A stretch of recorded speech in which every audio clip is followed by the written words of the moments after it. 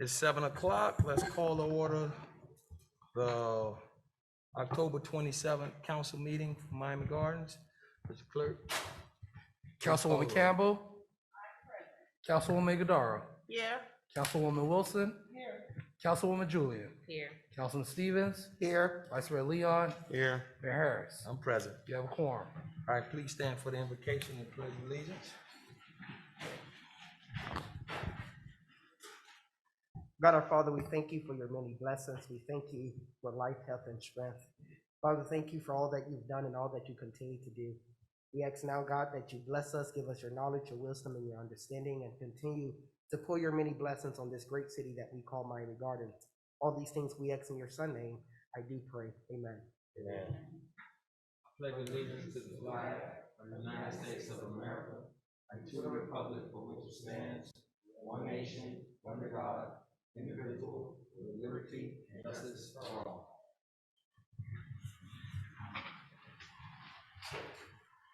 All right, we on approval of minutes.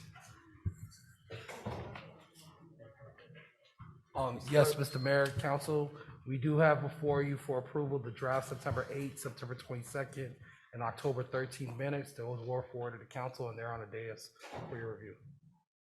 All right, I need a motion to approve the minutes. Motion. Second. It's been moved and seconded. All in favor signify by saying aye. Aye. Any opposition? Seeing that there's no opposition, show it approved. We're on order of business. Any items that need to be taken out of order, added, or deleted? Mr. Mayor, Yes.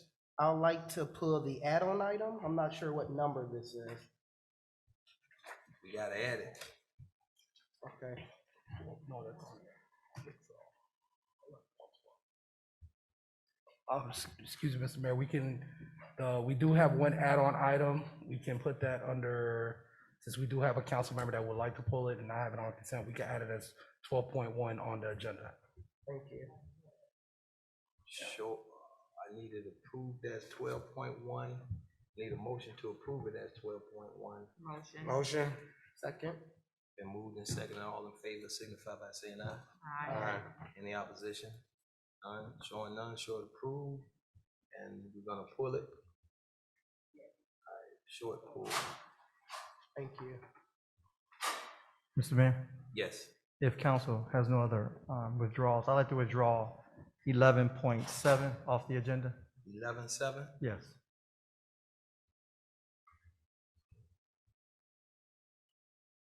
Show it withdrawn.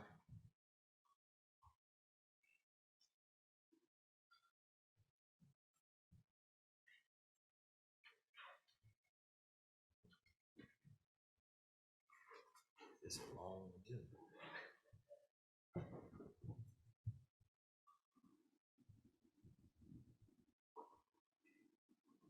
So,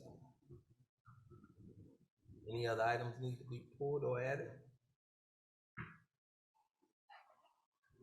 Okay. All right, so I need a motion to accept the agenda with the deleted and the added item.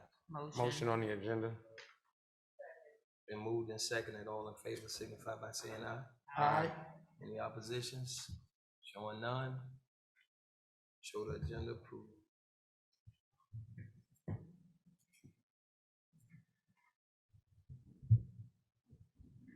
All right, where are we now? Special presentation. Mr. Manager, you had a... Yep. Yes, Mayor. Vice Mayor, members of the council. I'd like to call up Tamara Watley to briefly introduce this item and then call up the members of the Mosaic Group to give a brief presentation on some of the things they'll be doing for the city of Miami Gardens in the future.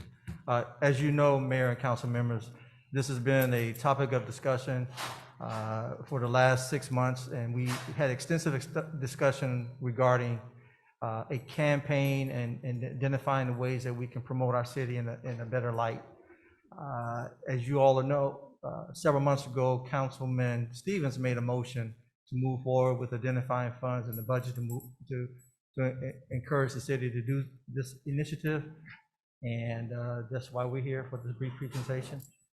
Even though you've approved it on consent, I appreciate that, but we just wanted to give you an idea of some of the things we'll be doing. With that, I'll turn it over to Ms. Watley. Thank you, Mr. Manager. Good evening, Mayor and council members. Good evening. Tamara Wadley, Assistant to the City Manager for Communications. Tonight, I'd like to invite Anne-Marie Sorrell and team from the Mosaic Group, who will present to you all as a body the strategy that's being proposed for the promotional campaign going forward.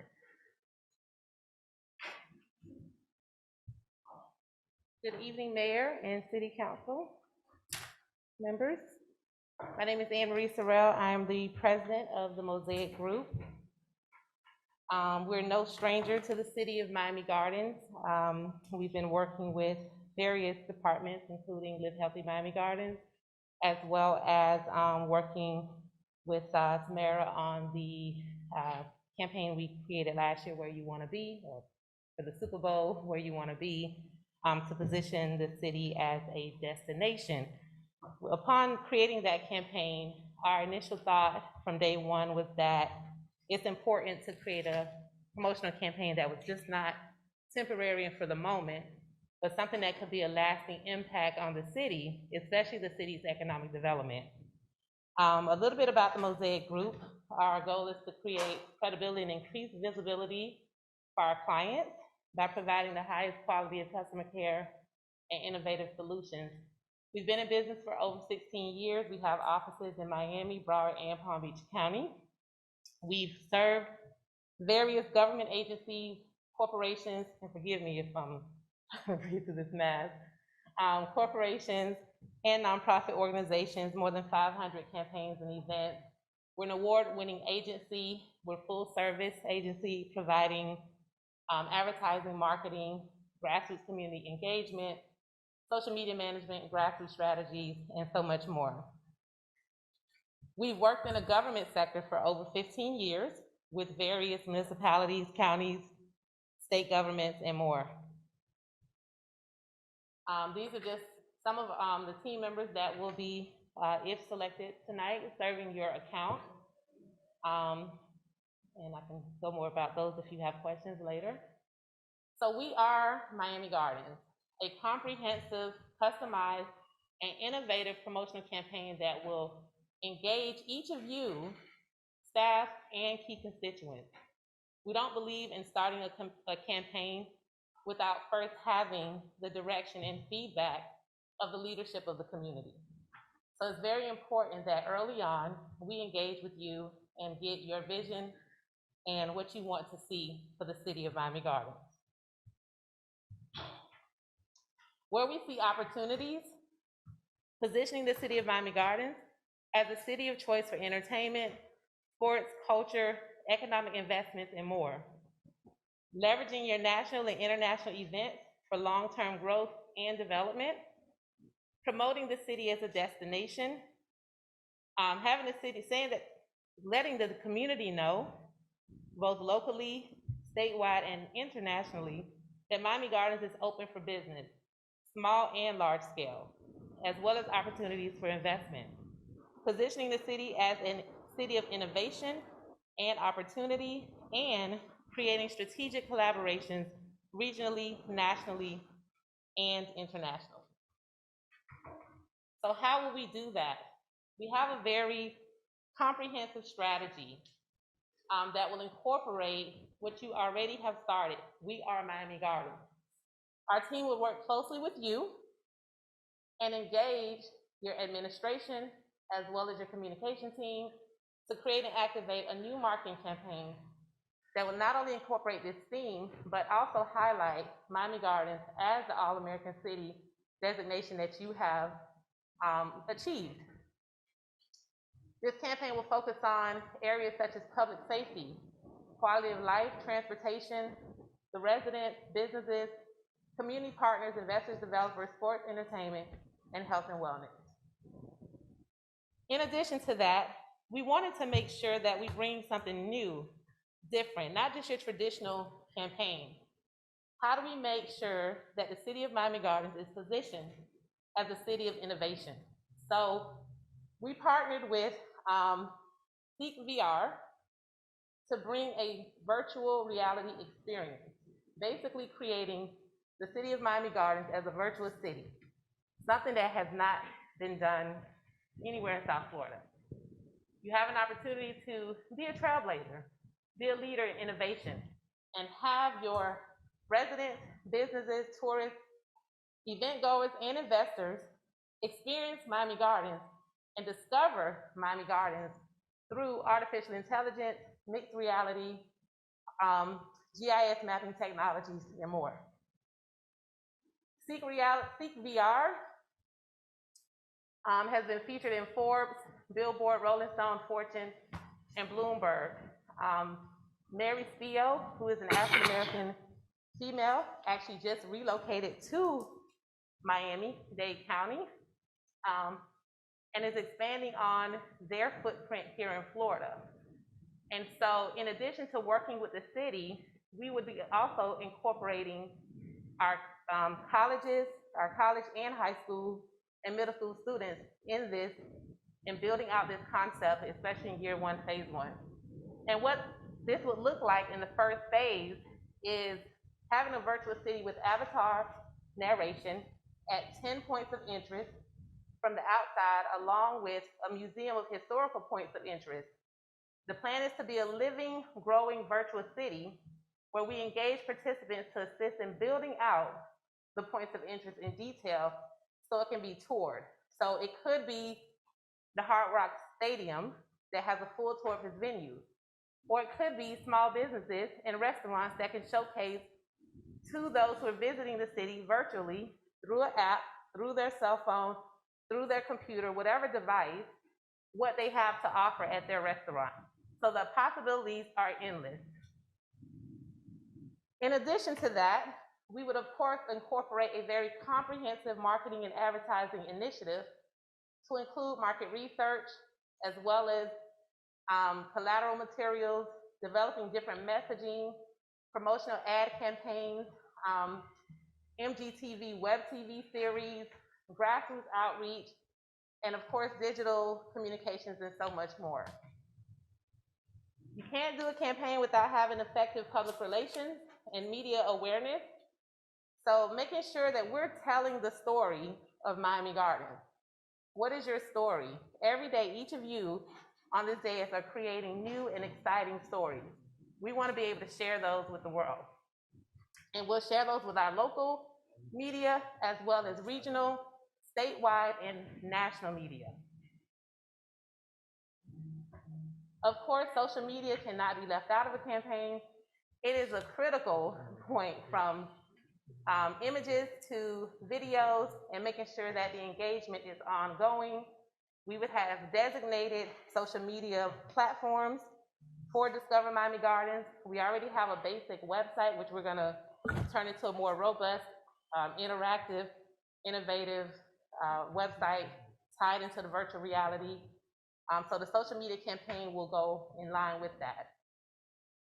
And of course, we have to incorporate our grassroots community engagement, which is not just boots on the ground, but it's also incorporating and working with local community organizations, churches, and other groups to make sure that the message gets out community-wide. So why Mosaic? Well, we're a leader in economic development and marketing. We're creative, we're innovative, connected, compassionate, customer-driven, results-driven, and we have the City of Miami Gardens' interests at heart. Thank you. Thank you so much. Any questions from the dais? I have a question. Yes. Vice Mayor? Good evening. I like the presentation. I saw that you talked about bringing businesses, incorporating that. And when you mentioned your locations, so you're not actually in Miami Gardens? You don't own a business in Miami Gardens? No, we don't own a business in the City of Miami Gardens. Do you plan on moving to Miami Gardens? If we find Or a opening space, up sure. something here? Yeah, if we have a space, absolutely. That's not a, if there's a space. We have an office right now off of 27th and 79th Street, but if there's a space for us in Miami Gardens, we could definitely look into that. Thank you. Mr. Councilman? Thank you, Mr. Mayor. I have a few questions. Thank you for your presentation. My first question, can you elaborate on Click VR? Did I pronounce that right? Seek? I'm sorry, Seek VR. Yes. Can you elaborate on the services? You say you all collaborated with them? And what is it that you're going to be producing through them? Right. So the goal is to create what we call a virtual city. So right now, I'm sorry, a virtual, a virtual city. okay. Yes. So a virtual Miami Garden. So instead of just a traditional website where someone just comes to discover Miami Gardens and they just kind of click through or they go on an app, we felt that we wanted to do something a little more innovative, a little more futuristic, which would include an avatar type concept where you have your own kind of avatar and you navigate through the city, whether it's different points of interest through different departments, whatever that may be, and it can be done through your cell phone, your computer, or any other device, mobile device, tablet as well. And it just gives a different type of experience than just a regular static website. That's the easiest way for me to Gotcha. explain So it's a it. more innovative website. Website and mobile experience. So there's an app component to it as well? Correct. Okay. How long would this campaign last? I guess that may be a question for our, what's the map that you all created? So right now we have a 1-year engagement. A 1-year engagement? Yeah, that's what we're And looking you at. would be touching all of the components as you included in your presentation over the course of a year? Correct, right. So some things will be worked on and rolled out simultaneously. Of course, we have to come back and get your input, get your vision, come up with an actual timeline once we've heard from you. Because we want to make sure that we're very specific and that we're very inclusive as well of everyone's ideas and concepts. What other cities have you all worked with in the past? As far as Mosaic? Yes, your company. What other municipalities have you worked with? Okay, so we work with the City of Miami, Overtown CRA. So if you know the Experience Overtown campaign, we created that. We work with the City of Fort Lauderdale, where we created the Fort Lauderdale Village District. We work with the City of West Palm Beach, City of Hallandale Beach for the last 3 years, Palm Beach County Transit System. Yeah, no, that's fine. Thank you. Okay. My other question is, you mentioned Live Healthy Miami Gardens? Yes. And you all work with our Live Healthy Miami Gardens? Yes, we built the website. Okay. Have you done anything else within the city? Other than the campaign Where You Want to Be for the Super Bowl, Yeah. in 2019, 2020, we did that. Okay. And my last question, can you elaborate on your grassroots outreach initiative? That one is dear to my heart, and I would love to see that execute very well. Absolutely. Well, that's one of the things that really separate us from our competition. We have several ways that we do that. Of course, looking at strategic partnerships, whether it's cross-promotion opportunities with different community, civic, HOA, various organizations. We believe in going where people are, meeting with them where they are. So we do that through the collaborations, but we also have our street team and brand ambassadors. So depending on what we're promoting and putting out, our street team and brand ambassadors are there to represent the city at, and of course they're trained, are there to represent the city at various events, as well as if we need to go door to door to specific targeted communities. In addition to that, they can distribute information at community centers, places of interest, businesses, and more. The other piece that we have that really separates us is we have our own in-house contact center, and that's our call center. So if we need to do a call campaign, whether it be a live campaign or a pre-recorded campaign, we're able to do that to the residents to make sure that they're informed and engaged that way as well. We can set up hotlines. Yeah. So it's pretty robust. The reason why, and thank you for answering that, the reason why the community outreach initiative is very dear, and it's important to me that one understands Miami Gardens is because I know the plan that you rolled out, which is a great plan, and I'm excited about it. It includes a lot of digital work, social media, mobile apps, website developing and redesigning and creating a culture or bringing our culture to life. But we have a population here in Miami Gardens where they're not on social media. So I want to make sure that whatever campaign that we are launching or we're moving forward, that we reach everyone as a whole and not just the young professionals and those who are tech savvy and that's on social media, but those who are picking up their newspapers and reading their newspapers on a daily basis.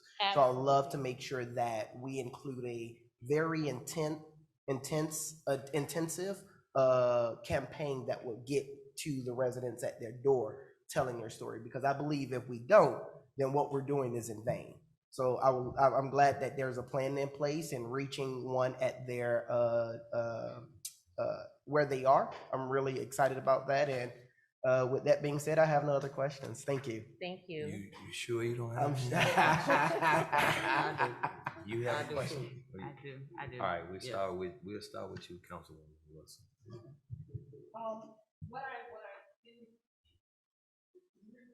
Yes, ma'am. Right. What I didn't hear was, are there gonna be any type of pre, mid, and post-type surveys? To be able to kind of gauge how well these initiatives are doing as they are launched? Absolutely. So one of the pieces that we have, which was one of the first components under the list of marketing services, is a community perception survey. We do believe that it's important. A lot of times, especially in government, we're functioning and we really don't know what the community thinks or believe about our services or what it is we're doing, or if we're even reaching them the way that they want to be communicated to. So we have a plan in there to do a community perception survey as one of the first steps.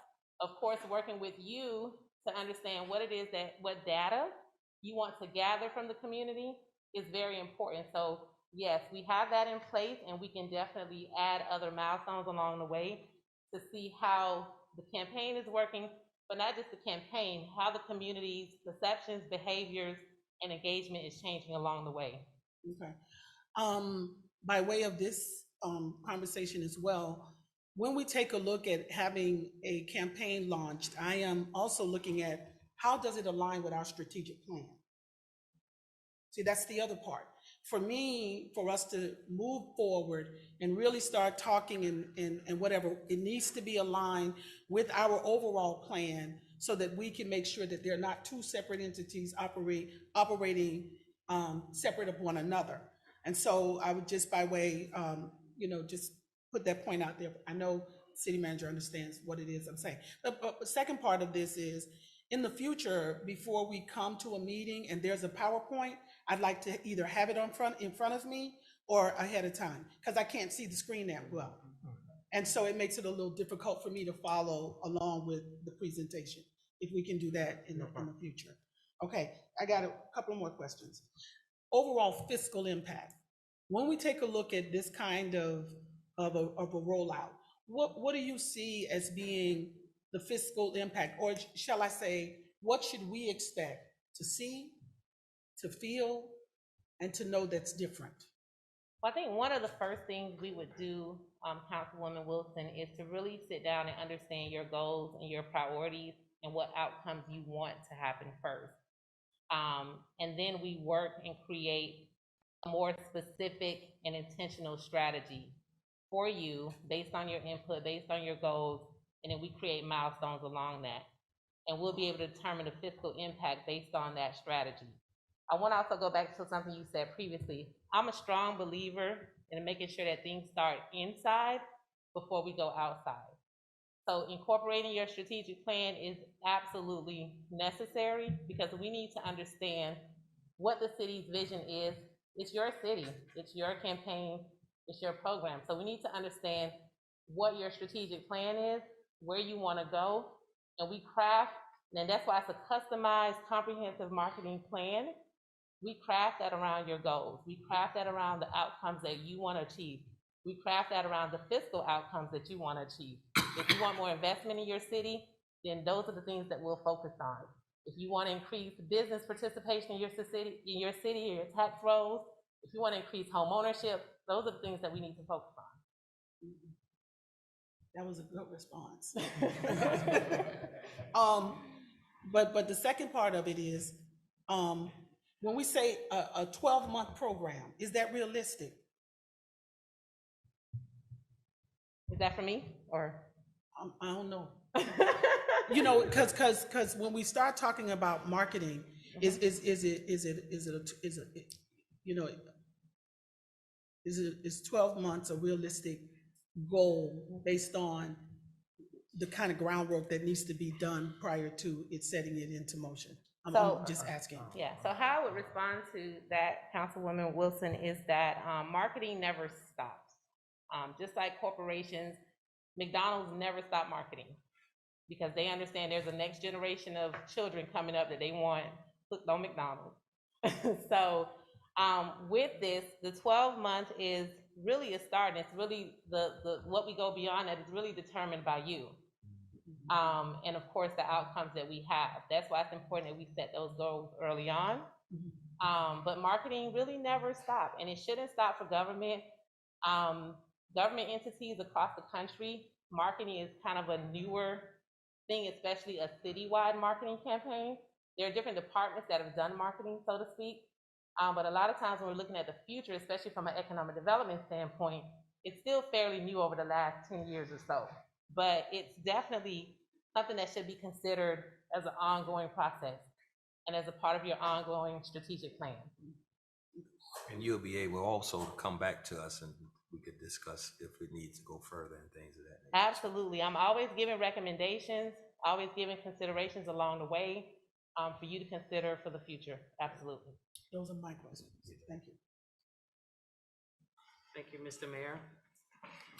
My first, it's just maybe a point of concern or statement, and I totally agree with both my colleagues, Councilman Robert Stevens and Councilwoman Katrina Wilson.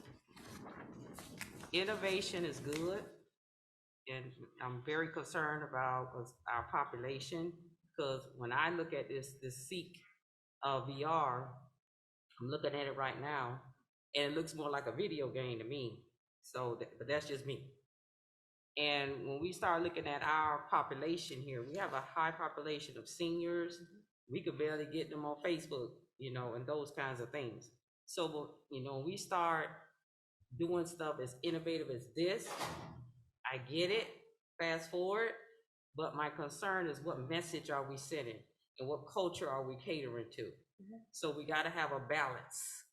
So that's one of my concerns with this, and also the cost factor, like my colleague said. What's the fiscal impact? What is this going to cost when you start talking about app and I see headsets? I mean, this could get really detailed. I don't know if we're going to get that deep with it, but what is the cost factor as it relates to moving forward with something like the Seek VR, you know, for our residents and our community and us as a city? Right, so let me address both of your concerns. As in my presentation, it's a very multifaceted communication strategy because we definitely, and me working in communities for a very long time, and also being an elected official myself, understand that it's super important that we reach all constituents and we reach them where they are.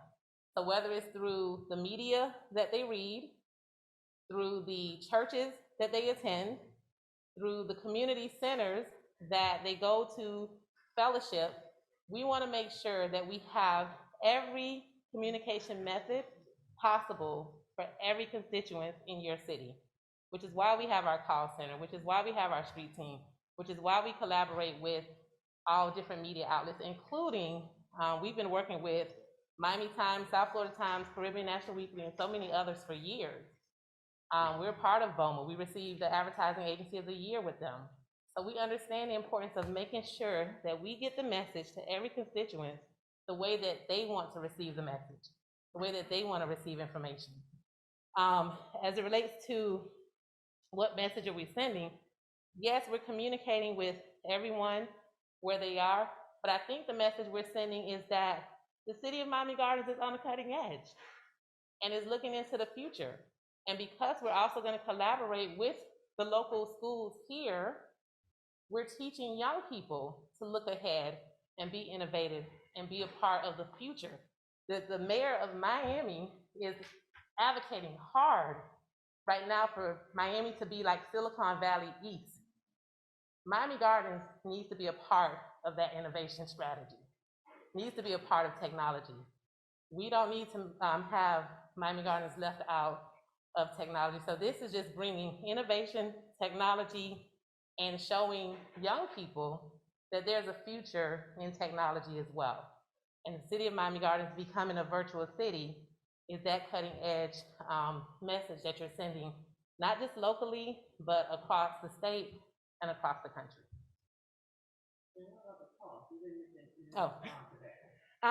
So I didn't bring the budget breakdown with me, but I do believe it was shared in my scope of the total for the campaign, including the virtual reality, I believe was $225 for the year.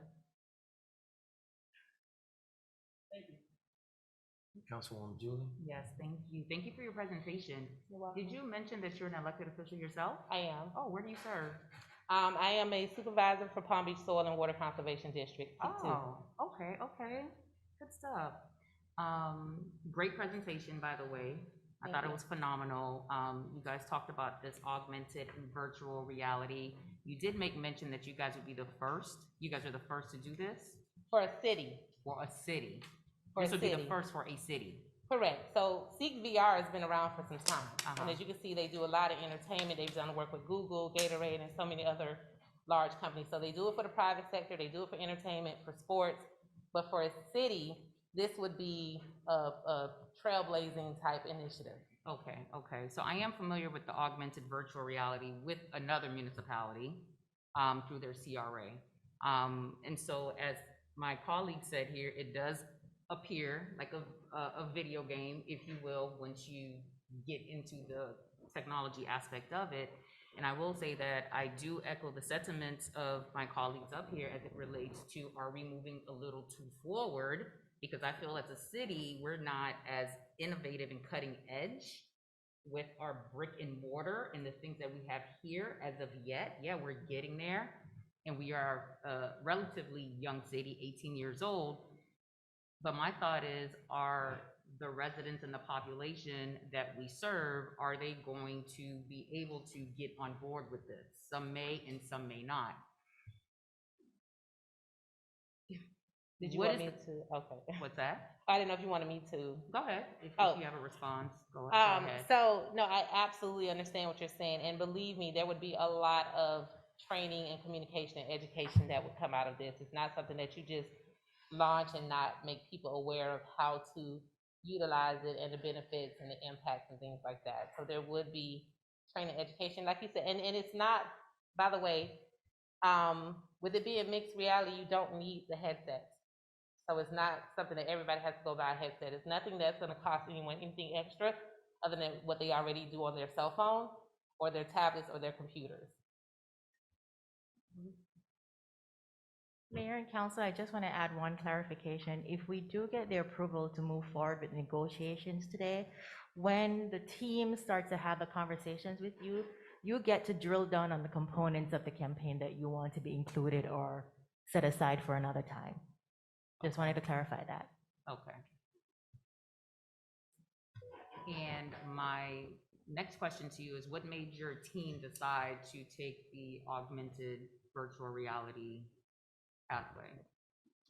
Did you look at our city? Did you look at the demographics? Like, what came to mind with that?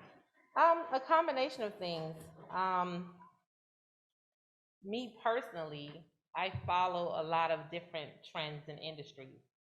So I follow technology, whether it's NFT, blockchain technology, VI, AI, space, looking at what's really cutting edge, and particularly where my community, meaning communities of color, is either not at the table or where we should be at the table. So that's my personal approach to business in general. And when I'm looking at my clients, I'm always looking at, okay, how do we do something that's gonna set you apart, that's gonna make you different but still be impactful and still help you achieve the goals that you want to achieve, and looking at the surrounding environment and what's happening. And so when I looked at technology and the surrounding environment and who's pushing for technology, I just felt like at the time, in meeting with the team, that this was a good opportunity to introduce something that was cutting edge for the city of Miami Gardens, especially when one of your neighbors are really pushing technology for their city. So that's just me looking, at what's happening and how it can be a good opportunity for the potential client that I would represent. Who is that neighbor? The city of Miami. Oh, okay, all right, thank you. You're welcome. Mr. Mayor. Go ahead, sir. I would just like, and this is for our team, the administration. I'd like to see a copy of the breakdown as far as the expenses and how things were broken down that was submitted on behalf of your company. It's in your package. It's in your package. You'll find it. Thank you for that presentation. It was very, very informative. I think this is long overdue. I've been in contact with Mayor Suarez in reference to tech businesses and things of that nature. We're on the same page, and I think we're moving the city forward to do just those things. And this is going to be an exciting time, not just for us, but for the residents of the city of Miami Gardens, because it's going to make information accessible as well as easy to maintain. So thank you again for the presentation. You're welcome. And thank you all for your time and consideration.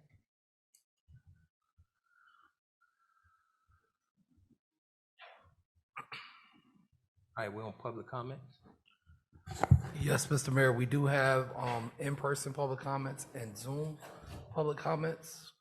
We're gonna go ahead and go with the Zoom. I have two public comment cards here, but they're for a certain item 13.1 and 2. So we're gonna hold these until. But I believe there's one that's for general. Okay, that's fine. We can go ahead and do that one public comment. I believe it's Brenda Providence. Well, I have her here for 13.1 and 2. Okay, then, so we could go right to the Zoom.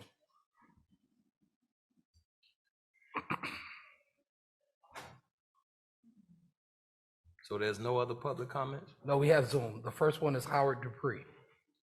Mr. Dupree? Howard Dupree. Hear me okay? He's on Zoom.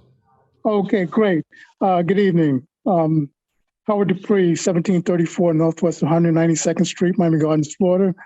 I wish to acknowledge our Parks and Recreation Department for its diverse programs and activities they've been offering lately, especially the ones for our youth.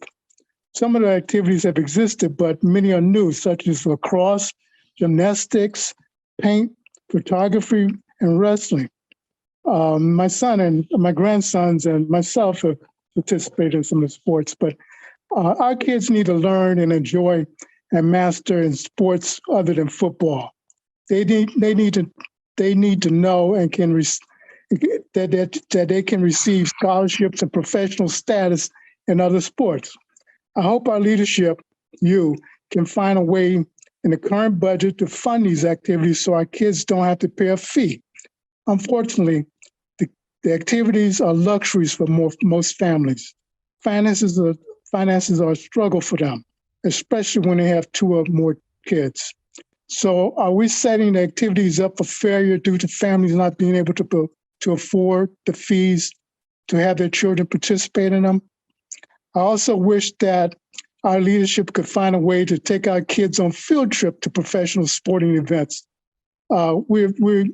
We're fortunate to have a wide variety of sports available to us in South Florida. How many of our kids are exposed to them? So let's find a way to take them. Perhaps Parks and Recreation could research freebies from the venues, and the council members could allocate funds from their special events account to take our kids to these other sporting events. If I could, I'd like to speak to 11.12. I'm fully in agreement with the concept, but I posed the company that presents tonight. Are we receiving the best service and the most service at the least cost by circumventing the bidding process? Thank you. Thank you, Mr. Dupree. All right, the next speaker on Zoom is Cara Richards. Ms. Richards?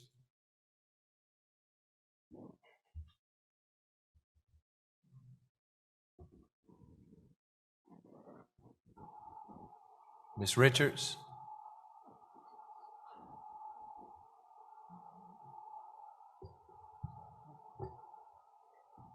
Ms. Richards, are you on yet?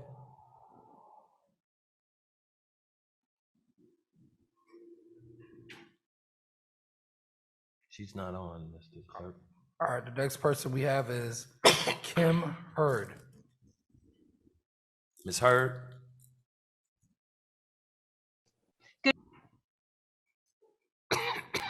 Good evening. Can you hear me? Yes, we hear you. Okay, good evening. I won't repeat everything I've already, I hope that you all have before you. I am a 26-year survivor, and I would like to share that 30 years ago, I quit my job, opened my first business. I had COBRA, it was expensive, I was a widow. I stopped COBRA, and within a year, I was diagnosed with breast cancer. I received my treatment, my life-saving treatment, through grant funding, sponsors, and donors. And it all began with a letter like the one that, you all may have seen.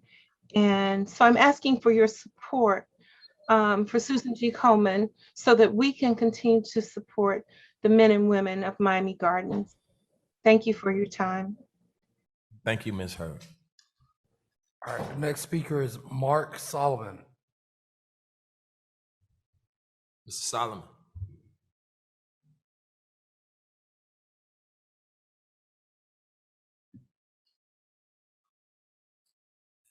Mr. Solomon?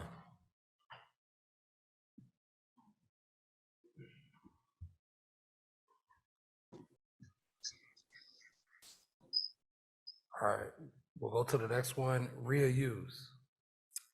Ms. Hughes?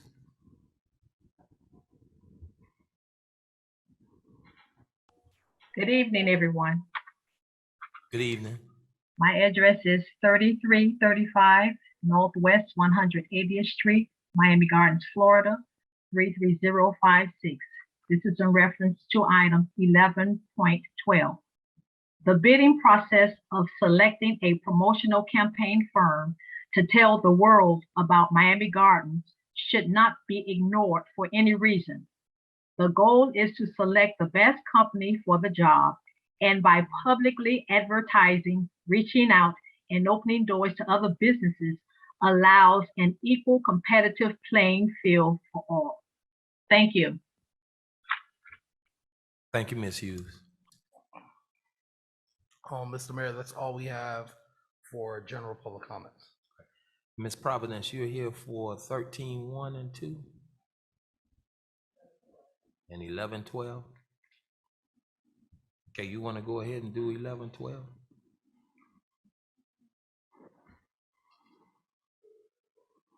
I am Brenda Providence, 2021 Northwest 154th Street in the beautiful city of Miami Gardens.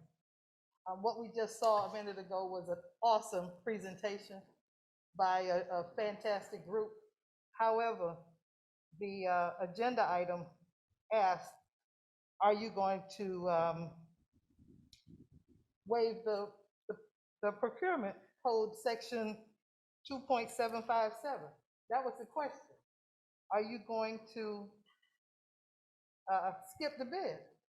What you just got was an interview.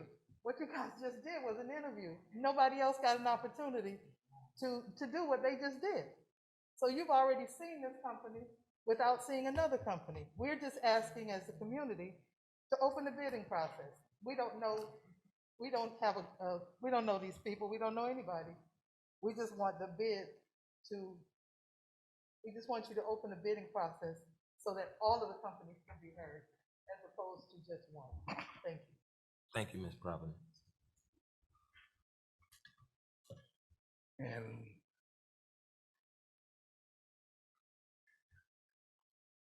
that's it. That's all that we have for general public comments, sir.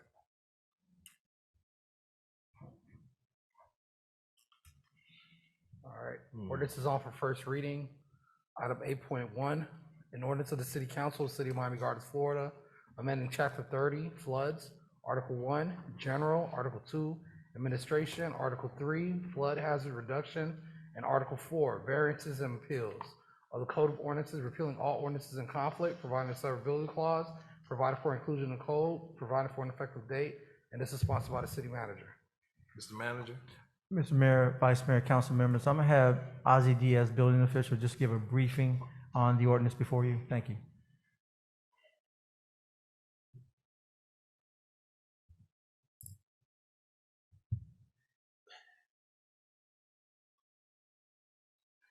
Good evening, Mayor Harris, Vice Mayor, members of council, Ozzie Diaz, Director and Building Official.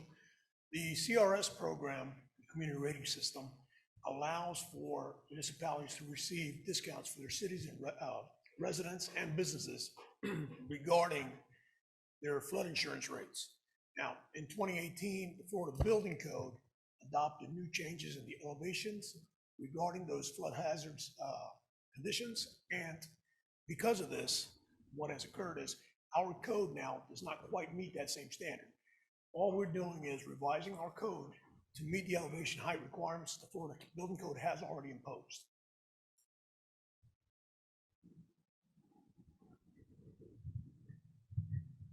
I'm sorry. Thank you, Mr. Mayor, Councilman. I'm sorry. I'm sorry, Ozzie. I was kind of somewhere else. Sir, let me repeat it? Yeah, please. Okay. All right, so the CRS, the Community Rating System, which provides the flood insurance rating system, which in that term does the Florida discounts for the NFIP for flood insurance. So residents within the city, we have an AE7 and an AE6 flood zone. All those residents within that flood zone who hold a mortgage must have flood insurance. So through the CRS program and meeting that rating, the residents receive a discount. Right now, we're at a rating 6, so they get approximately 20% discount as whatever the rating would be in regards to their residents or business for that matter. So at this point, I think we average about $800,000 in savings per year for every business and resident overall. When the Florida Building Code was changed or adopted again, they made some changes to the requirements of the special flood hazard zone and the elevations. So when those elevations were raised, our code, our ordinance, city ordinance, did not reflect that same as the Florida Building Code. So in order to maintain consistent with the code and meet our community rating system, we have to adopt that new code to meet that elevation. Okay. Mr. Mayor? Any questions from the dais? Or we need a motion on this? Motion. Second. Been moved and seconded. Can we get is there any questions from the dais right now? Yes, I have a question. Go ahead. Hey, Ozzie, thank you. Question for you. Do you know what areas would be affected by this?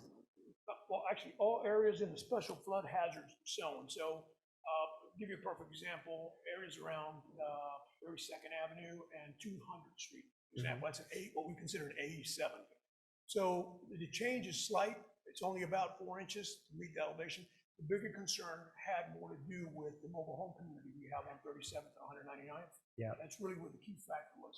The rest, most of the city, in fact, is probably fair, but the floodplain is changing and the flood maps are changing throughout the state.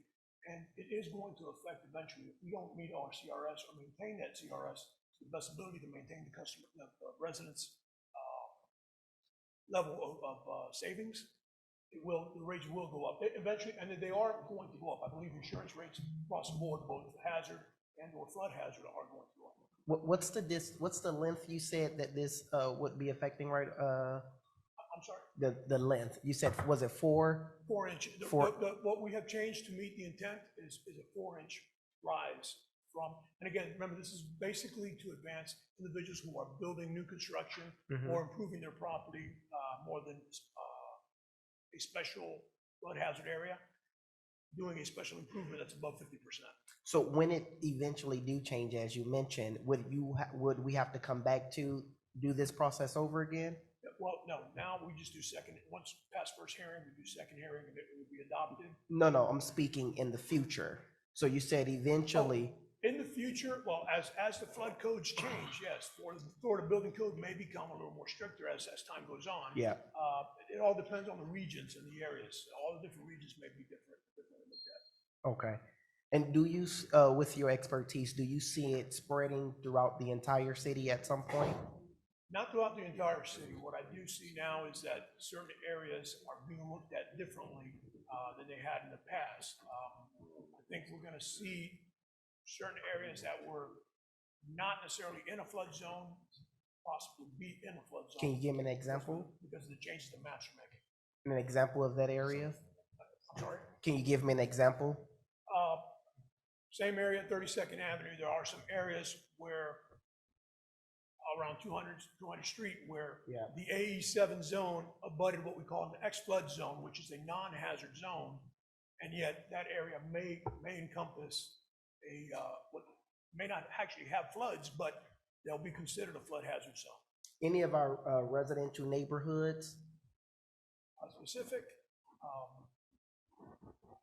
it's hard to say specific, because the zone varies throughout, there's a lot of X zones. So it'll be all our residential areas that's covered by, that have flood insurance. Yeah, long as you, No, I understand that. I'm trying to figure this out, get deep information about this. All right. When you get a chance, if you can, through the manager, as it unfolds, I would like to follow this procedure, not necessarily what we're talking about, what we're approving tonight, but the overall plan as it relates to the floods and what the state may eventually does. I would like to follow that. So if you can get me information on that, I appreciate that. Absolutely. Thank you. All right, any other questions from there? Yeah, Ozzy, just a quick question for you. Could this possibly have anything to do with what's happening with sea level rising? I believe it's possible. For me to answer that, I wouldn't have a real answer on it, but it's possible. And how often would we have to, this that we're doing here, how often, give or take, would we have to, I guess, get in code or compliance, or, I don't know the vernacular, but you're the industry expert, you know what I'm trying to say. The flood maps have not been updated for several years. Typically updated through the state, on national level, through the state, and then the county. I want to say, I think the last time might have been 98. 98? If you look now, we're actually, it's been many years since we've had this situation occur. I think that the change in the flood map for the city may not affect us, again, probably down the road in the future, we'll have to look at this again, but I don't see it in the near future possibly. Thank you. Any other questions from the dais? This voice vote, or we can? It's an ordinance, it's a roll call, but I don't have a motion on the floor right now. I need a motion. Motion. Second. It's been moved and seconded. Mr. Clerk, go ahead and call the roll. Councilwoman Campbell. Councilwoman Godaro. Yes. Vice Mayor Leon. yes. Councilwoman Wilson. Councilwoman Julian. Yes. Councilman Stevens. Yes. Mayor Harris. I vote yes. Motion passes 7-0.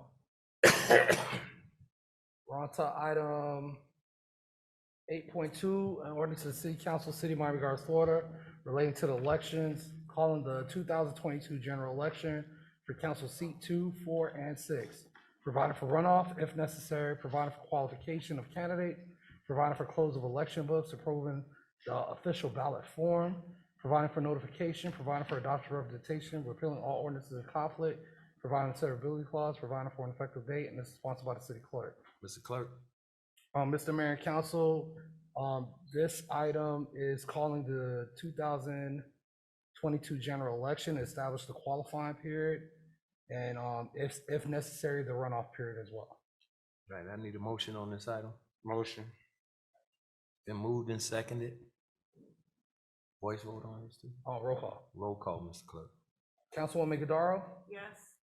Vice Mayor Leon, Yes. Councilwoman Wilson, Councilwoman Julian, Yes. Councilman Stevens, Yes. Councilwoman Campbell, Yes. Mayor Harris. I vote yes. Motion passes 7-0. Item 8.3, an ordinance of the City Council of the City of Miami Gardens, Florida, establishing an emergency management ordinance for the City of Miami Gardens, providing for adoption of representation, repealing all ordinances in conflict, providing a severability clause, providing for inclusion in code, providing for an effective date, and this is sponsored by the City Attorney. Madam Attorney. Mayor and Council, Zachary Stokes, Assistant City Attorney, will address this item.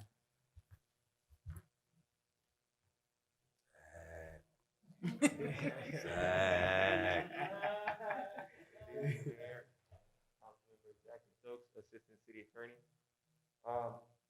This ordinance is in regards to an emergency management ordinance. It's actually in addition to our code of ordinances. It's just a responsive ordinance in response to the actions taken by Governor Ron DeSantis earlier this year, in May specifically. He made certain changes to Chapter 252 of the Florida statute in terms of emergency management, but more specifically pertaining to our city, he made changes to Florida statute 252.38 in terms of emergency management for political subdivisions.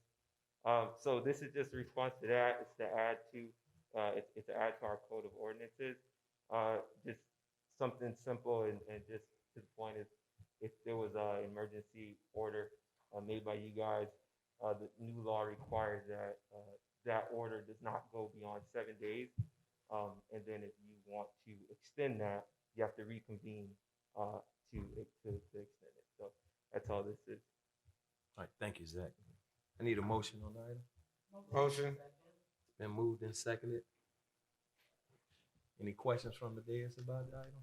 None? I Showing just have a none? comment. You got a question? Zach, don't go anywhere. I got a question. So say what you said again. I can take Matt. Good job, sir. Good job. That's all. That's it? Same here. I just wanted to say, Madam City Attorney, I just love everything about this here. Like, this is, when you talk about, like, just, training and just, Yeah, I just love this. he wrote it. He wrote this one and he also wrote the next one. Good So I job, told him Zach. Good it's job. important when you can say I wrote a law. So he's written 2 laws. It so ain't far. over yet, Zach.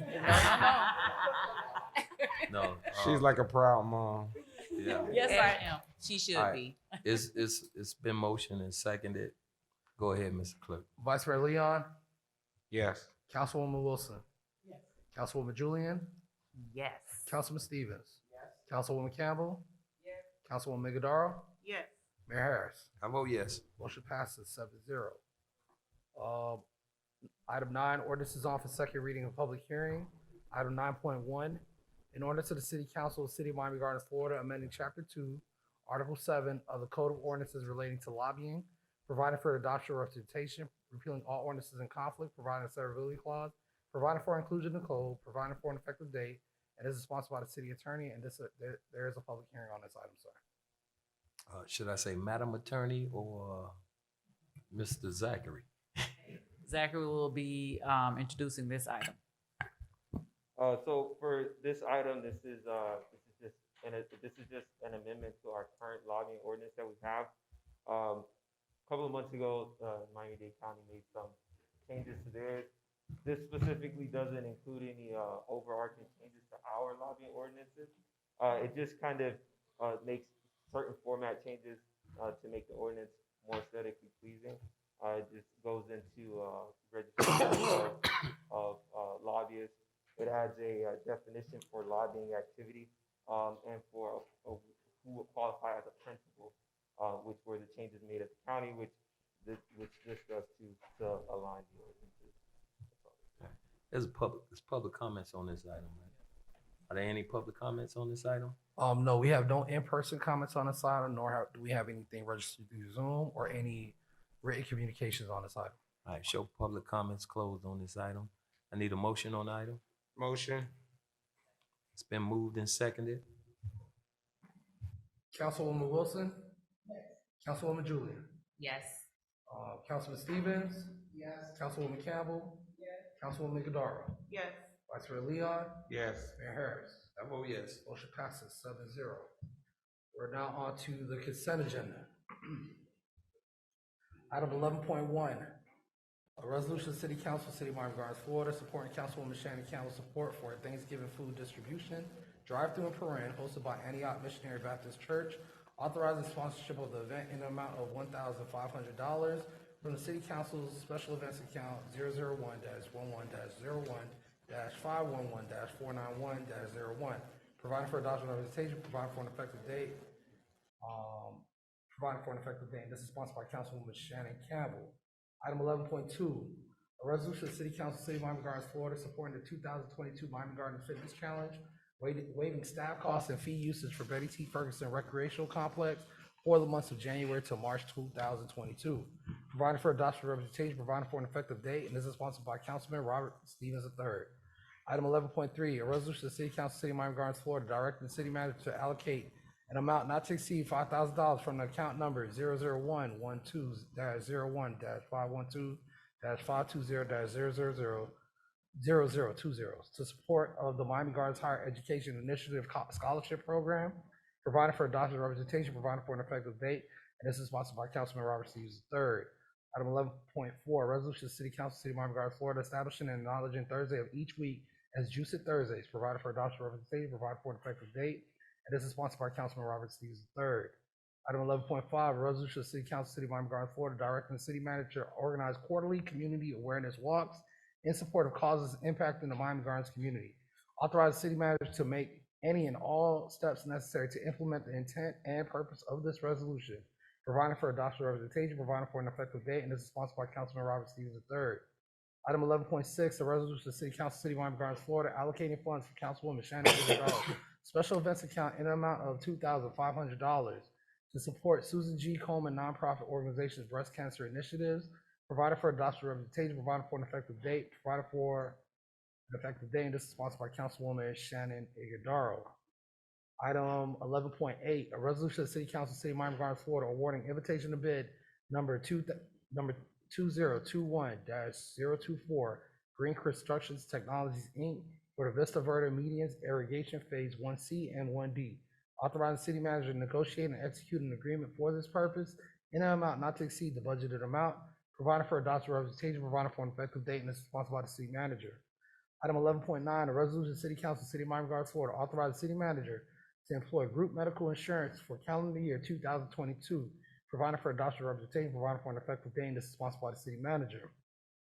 Item 11.10, a resolution of the City Council, City of Miami Gardens, Florida, authorize the city manager to renew that certain Guardian Vision and Dental Plan agreement underwritten by the Guardian Life Insurance Company of America agreement commencing on January 1, 2022, and ending on December 31st, 2022, providing for adoption representation, providing for an effective date, and this is sponsored by the city manager.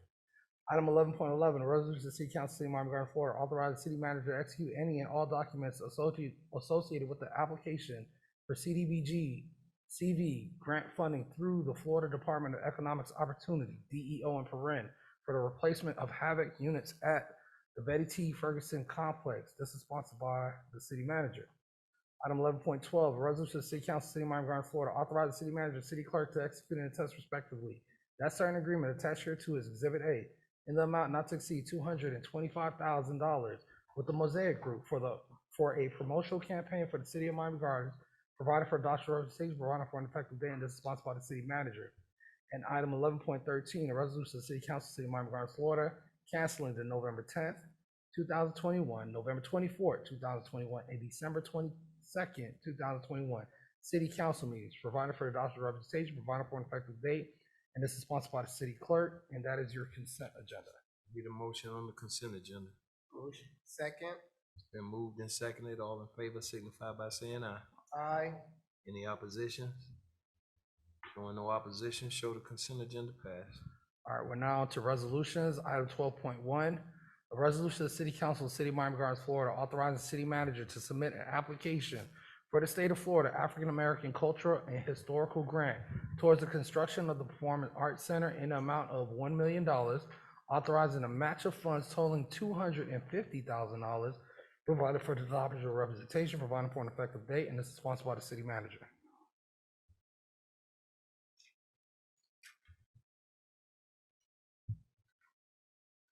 Mr. Manager? Mayor, I believe Councilman Stevens pulled the item. Oh, yeah, I did pull that. This 12.1, right? Yes. Yes, Mr. Manager, through the mayor to the manager, I would just like a little bit more information on it. I was confused with it acting for the authorization to apply for the grant, but then it talks about matching funds as well. Can you elaborate on that for me, please? Yes, oftentimes we get the opportunities to apply for funds for not only some of the operational things that we do, but for special projects and programs. This came to us at a last minute. In certain cases, we have to come to council to ask for us to apply for those grants. Because this is a matching grant, we had to come and ask and get permission. From a matching standpoint, keep in mind that the item that we're talking about, the Performing Arts Center, will be in the CRA. So as you are aware, we already have set aside a number of dollars regarding the construction of this project moving forward in the form of CRA dollars and some county dollars. So the matching that they're requesting at $250,000, we far exceed that match with the funds that we already have set aside. And that would be coming out of the CRA fund? The matching funds are already there with the county funds that we've received, so that we've been promised. Yeah. There are some general obligation bond funds that we'll be building in that area to some of the projects that will be ongoing with the Performing Arts Center. And should we be awarded this grant, would that begin the construction process? It will be a part of the construction process. I'm not sure if it will begin the construction process, but it will be a part of the construction process. Typically, when we get these types of funds, these funds go towards infrastructure needs. Okay. And should we be awarded this grant, do we have a timeline on it, when we should be expecting the funds? Not at this time, but I would say possibly during the legislative session. Okay, thank you. Any other questions? Showing no other questions, I need a motion on the item. Second. Then moved and seconded. All in favor signify by saying aye. Aye. Any oppositions? Showing no opposition, item passes. All right, we're now on to quasi judicial zoning hearings and agenda disclosures. All right, let me be the first to do agenda disclosure. That I've met with both item parties, and I can be objective and have no problem with making a decision on this issue. Excuse me, Mr. Mayor. Yes. We do have 4 quasi judicial items. Is your agenda disclosure for all 4? No, mine is just for the first one right now. I'll do agenda disclosure on each one. For each one? Okay, thank you. So would I? Let's see. What am I saying? I would like to disclose that I have met. Would you like me to just ask you guys a question so we can just get through it? Yeah. Councilman Stevens, have you had any ex parte communication on item 13.1.1? And will your decision tonight be solely based on the evidence presented before you tonight? Yes. It's 2 questions, yes or yes? Oh, yes and yes? Have you had any ex parte communications on this item? Yes. Will your decision be solely based on the evidence presented before you tonight? Yes. Vice Mayor Leon, have you had any ex parte communications on item 13.1.1? Negative. Will your decision tonight be solely based on the evidence presented before you? Well, I haven't had any information on this, so no. Okay. Mayor Harris, have you had any ex parte communication on item 13.1.1? Yes. And will your decision tonight be solely based on the evidence presented before you? Yes. Councilwoman Wilson, have you had any ex parte communication on item 13.1.1? Yes. And will your decision tonight be solely based on the evidence presented before you? Yes. Councilwoman Campbell, have you had any ex parte communication on item 13.1.1? Yes. And will your decision tonight be solely based on the evidence presented before you? Yes. Councilwoman Julian, have you had any ex parte communication on item 13.1.1? Just for a point of clarification, the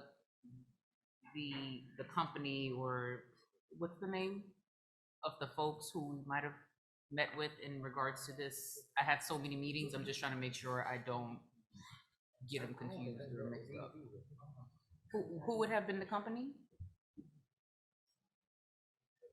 This would have been for the item related to the property located at 2155 Northwest 155th Street. Okay, I know that I discussed it during my agenda review. That's not what that.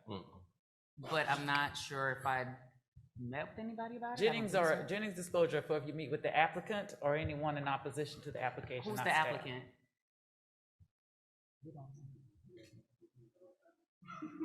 This is the councilwoman, this is the property next to the existing church over near the Bunch Park area.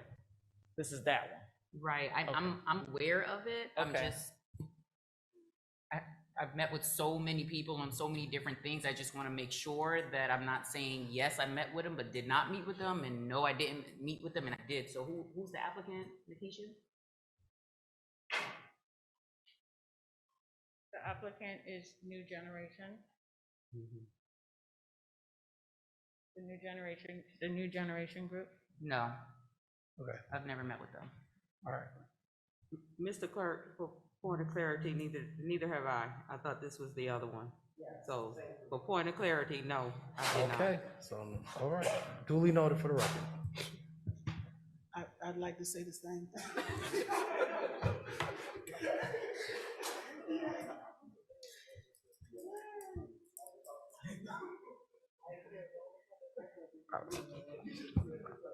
I guess I read. All right, this on for public comments right now too? Oh, well, Nikisha has to provide the proceedings for quasi judicial items.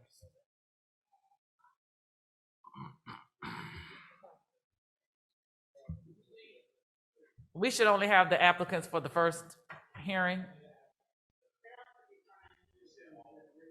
No, not all of them. at Only once. the Only for this applicants for only new this one. generation, not Everybody else, yeah. Please do it. only the service of applicants for waiting new outside. generation.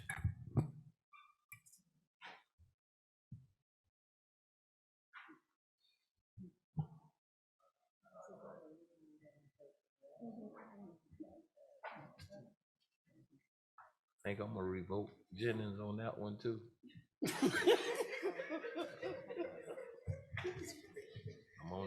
only being honest. I thought it was the gas station.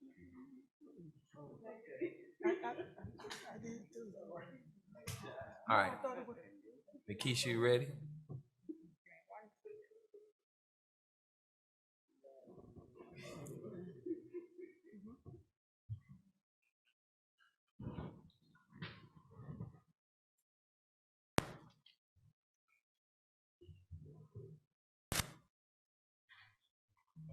Good evening and welcome to the quasi-judicial portion of the October 27th City Council meeting. For those persons that will or may be speaking on an item on the agenda or commenting on any item, please stand up and be sworn in by the city clerk.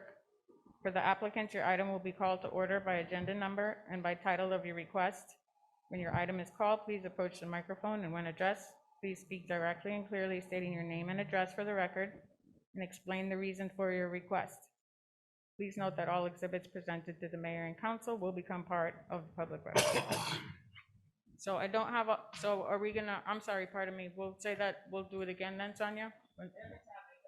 Just When they redo come it? in, they'll need to be sworn, but I don't see the applicant for this one. Because they could have been sworn, but I didn't see anybody stand up. Okay, for new generation? Okay, let me check.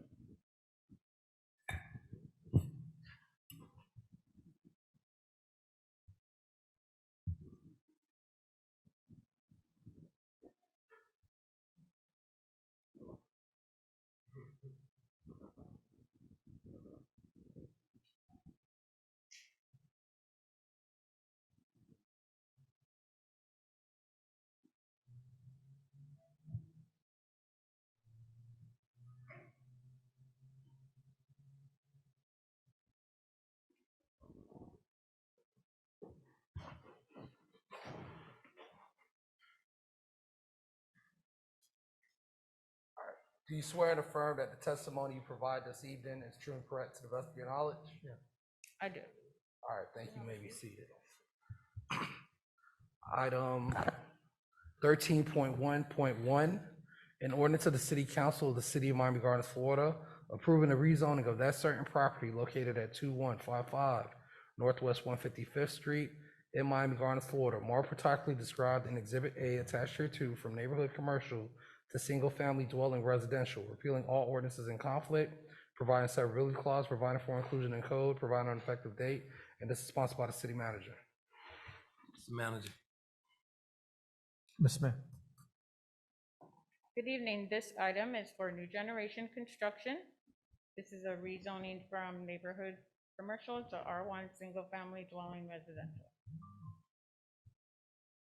The property location is approximately 2155 Northwest 155th Street. It's a group of parcels totaling 5 lots. If you take a look at the images, you can see the lots here. It's a vacant lot. These are vacant lots with no improvements on them currently. The neighborhood characteristics, here are some images. To the north, across the canal, we have religious assembly use. To the west, immediately adjacent to the lots, we also have another religious assembly use. Just across the street from these lots, we have single-family residential. Here, these are the criteria that were reviewed as part of whether or not the approval should be granted.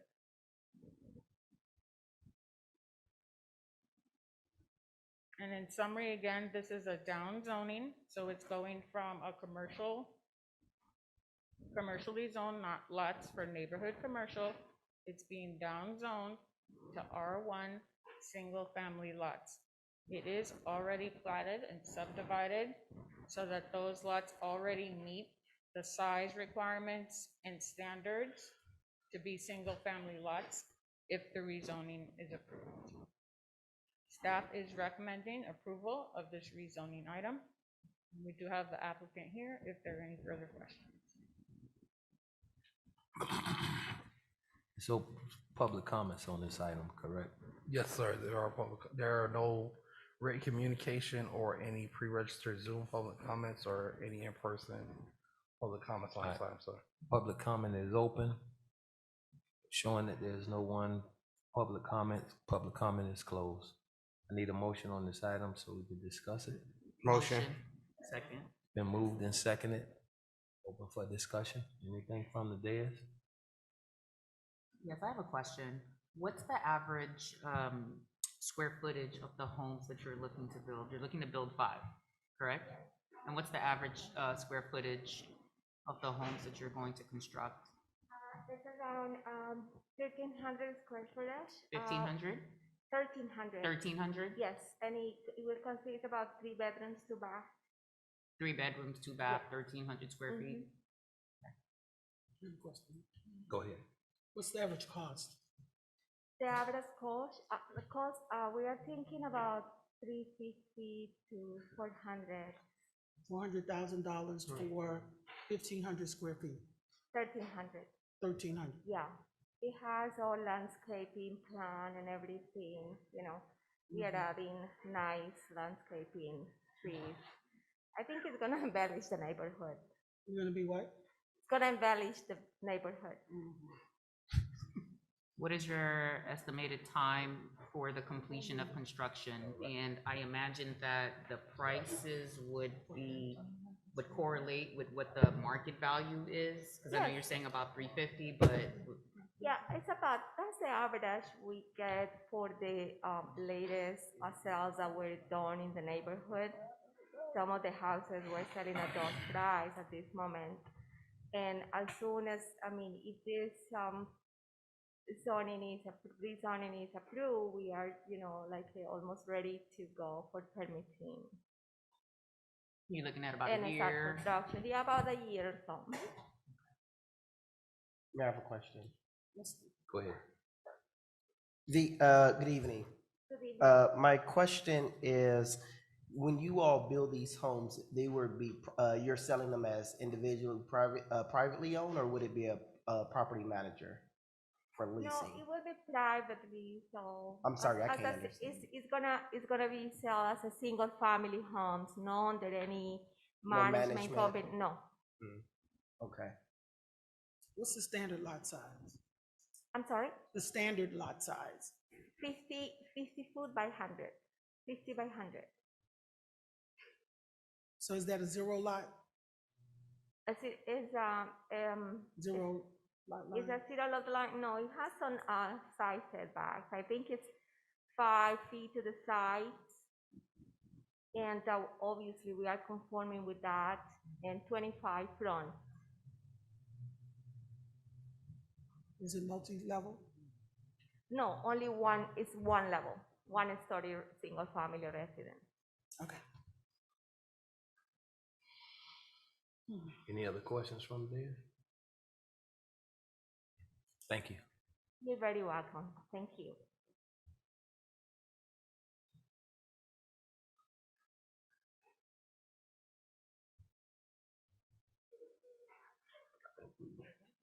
Yeah, there's a motion. It's already been in motion. Yes, sir. Been moved and seconded. All in favor signify by saying aye. This is an ordinance, so you want to go. Ordinance, okay, let's go to roll call. Councilman Stevens. Yes. Councilwoman Campbell. Yes. Councilwoman Godaro. Vice Mayor Leon. Yes. Councilwoman Wilson. Yes. Councilwoman Julian. Yes. Mayor Harris. I vote yes. Motion passes 7-0.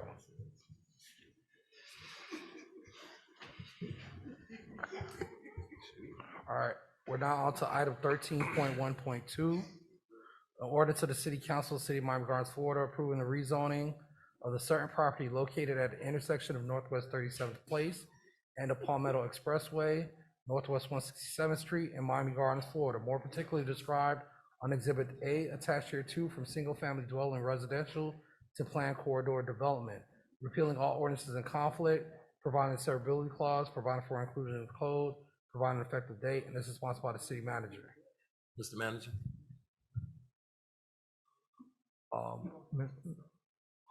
Before, excuse me, Mr. Manager and Mr. Mayor, would you like to go ahead and poll the council on Jenny disclosures? Oh, yes. Yes, All right. please read that again. Councilman Stevens, have you had any ex parte communication on this item? Yes.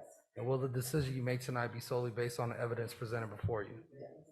Vice Mayor Leon, have you had any ex parte communication on this item?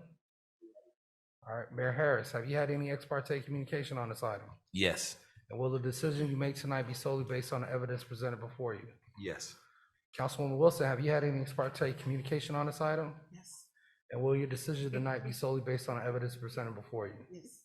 Councilwoman Campbell, have you had any ex parte communication on this item? Yes. And will the decision you make tonight be solely based on the evidence presented before you? Yes. Councilwoman Julian, have you had any ex parte communication tonight? Yes. And will the decision be solely based on the evidence presented before you? Yes. All right, Mr. Mayor. Mr. Mayor? Yes, Mr. Manager. I'm going to go ahead and swear in the applicant right now. Go ahead. Please stand. Do you swear in the firm that the testimony you preside tonight is true and correct to the best of your knowledge? All right, maybe see it. Mr. Manager, you had something you want? Yes, Mr. Mayor, the applicant wishes to put something on the record to the mayor and council.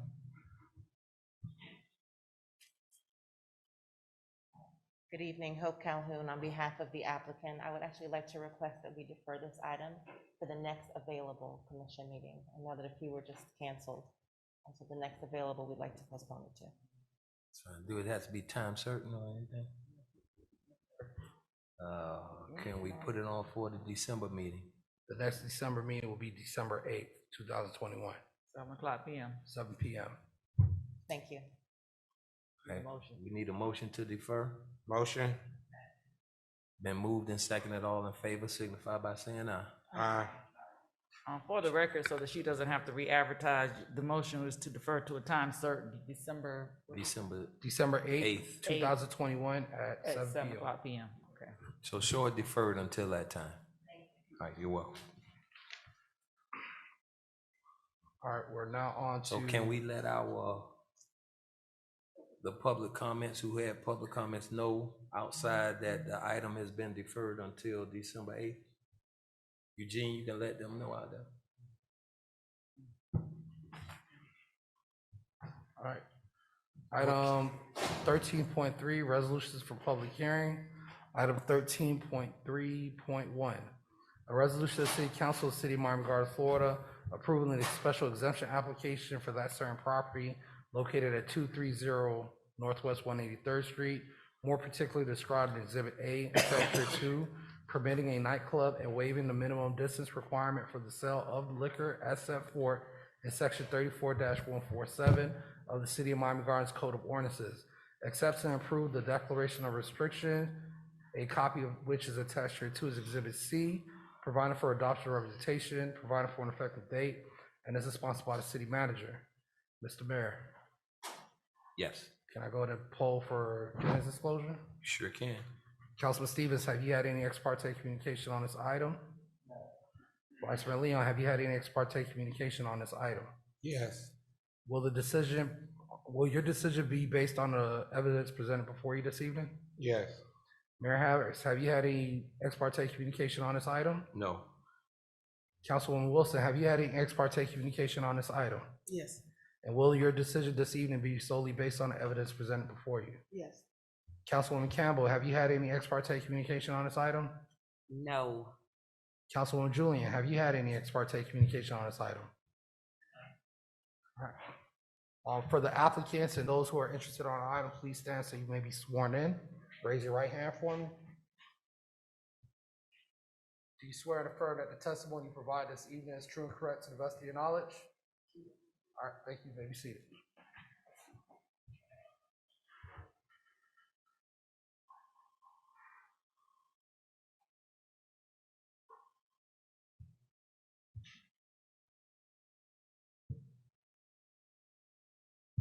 Mr. Manager.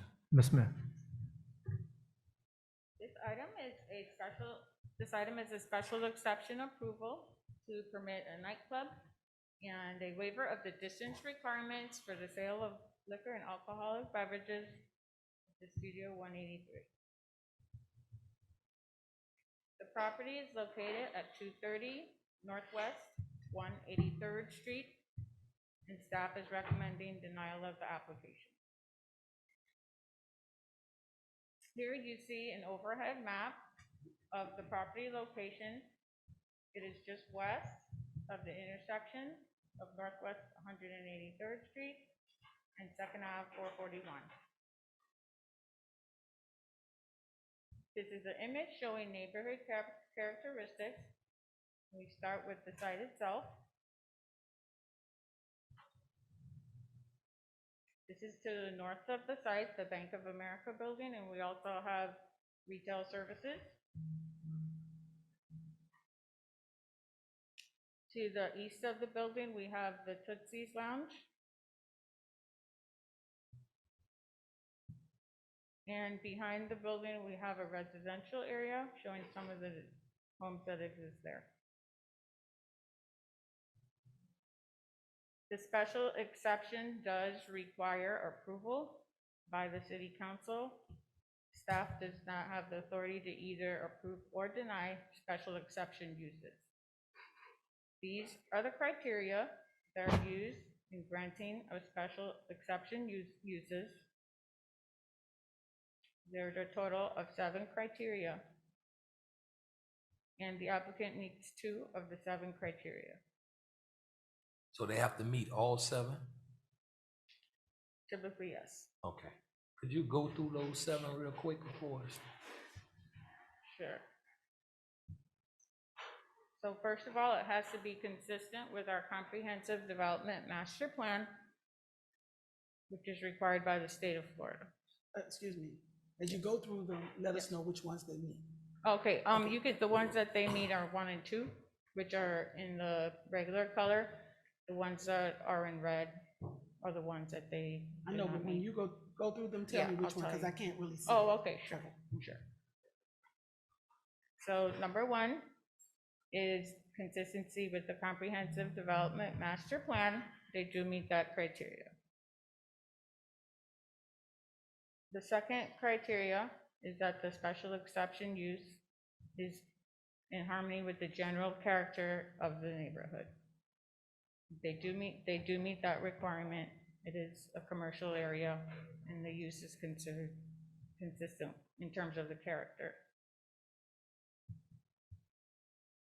The third is that the special exception use will not be detrimental to the peaceful enjoyment, economic value, or development of surrounding properties in the general neighborhood. It will not cause objectionable noise, vibrations, fumes, odors, dust, glare, electrical interference, or physical activity. That criteria is not met. The fourth one is that the special exception use will have no detrimental effect on vehicular or pedestrian circulation and flow within the vicinity of the use. The special exception will not adversely affect the health, the safety, the security, the morals, or the general welfare of residents, visitors, or workers in the area. That criteria is not met. The fifth is that the special exception use will not, in conjunction with existing and proposed development in the area, development permitted under the existing zoning, overburden existing public services and facilities, including schools, parks, police, fire protection, water, sanitary sewer, public roads, stormwater drainage, and other public improvements and services. That criteria is not met. The special exception use otherwise meets the definition standards set forth elsewhere in this chapter for the use. The criteria is not met. And then we have the development, use, and operation of the site will be in compliance with all applicable code regulations, development standards, additional standards imposed by the city or the zoning appeals board with the intent of protecting adjacent properties and preserving the neighborhood character. That criteria is not met. As part of the special exception approval for the nightclub, because there will be alcohol served there, there is also an additional requirement that must be met, and that is in terms of distance verification. The distance verification means that the location has to be a certain distance from several types of facilities. It has to be far enough from other uses that might serve liquor, 1,500 linear feet. It must be 2,500 linear feet from a church. It must be 2,500 linear feet from a school. And it must also be 500 feet minimum from a residential lot. The location falls short and does not meet the required distances from any of those types of facilities. There's a table within your packet that shows you the shortage, and it's also shown on the slide at the bottom in red is how far it is from the required type of use.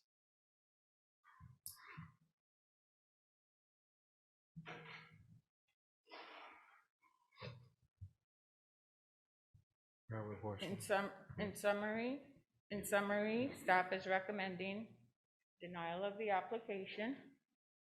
However, if the council decides to approve the application, then staff recommends that the approval be conditional on a declaration of restrictions being executed, and that would run with the property. What does, We are recommending 4 things be included within that declaration of restriction if this item is approved. What did you say? I didn't hear that part. Pardon me? I didn't hear you, that part, 4, you said 4? 4, and I will name the 4 for you. So we're recommending that the hours be restricted in terms of the operations and in terms of the sale of alcoholic beverages, that it would not be any later than 2 a.m. We are also recommending that security and off-duty police be provided from Thursdays through Sundays, from 7 p.m. until close, assuming that the restriction of hours are 2 a.m., the close would be 2 a.m. And that is a minimum of at least 1 off-duty police officer. Thursday through Sunday, that at least 1 off-duty police officer, not a security guard, but an actual off-duty police officer be provided to monitor activities during those days from the evening hours of 7 p.m. until 2 a.m. The third is that the applicant connect to our real-time crime center, and that would mean that their video surveillance system would link directly into our police department for surveillance. And the 4th recommendation is that the use be limited to the maximum occupancy of the premises, and that at no time shall the occupancy be exceeded. what's the occupancy now? I would have to ask the applicant. Okay. I'm not sure their maximum capacity currently.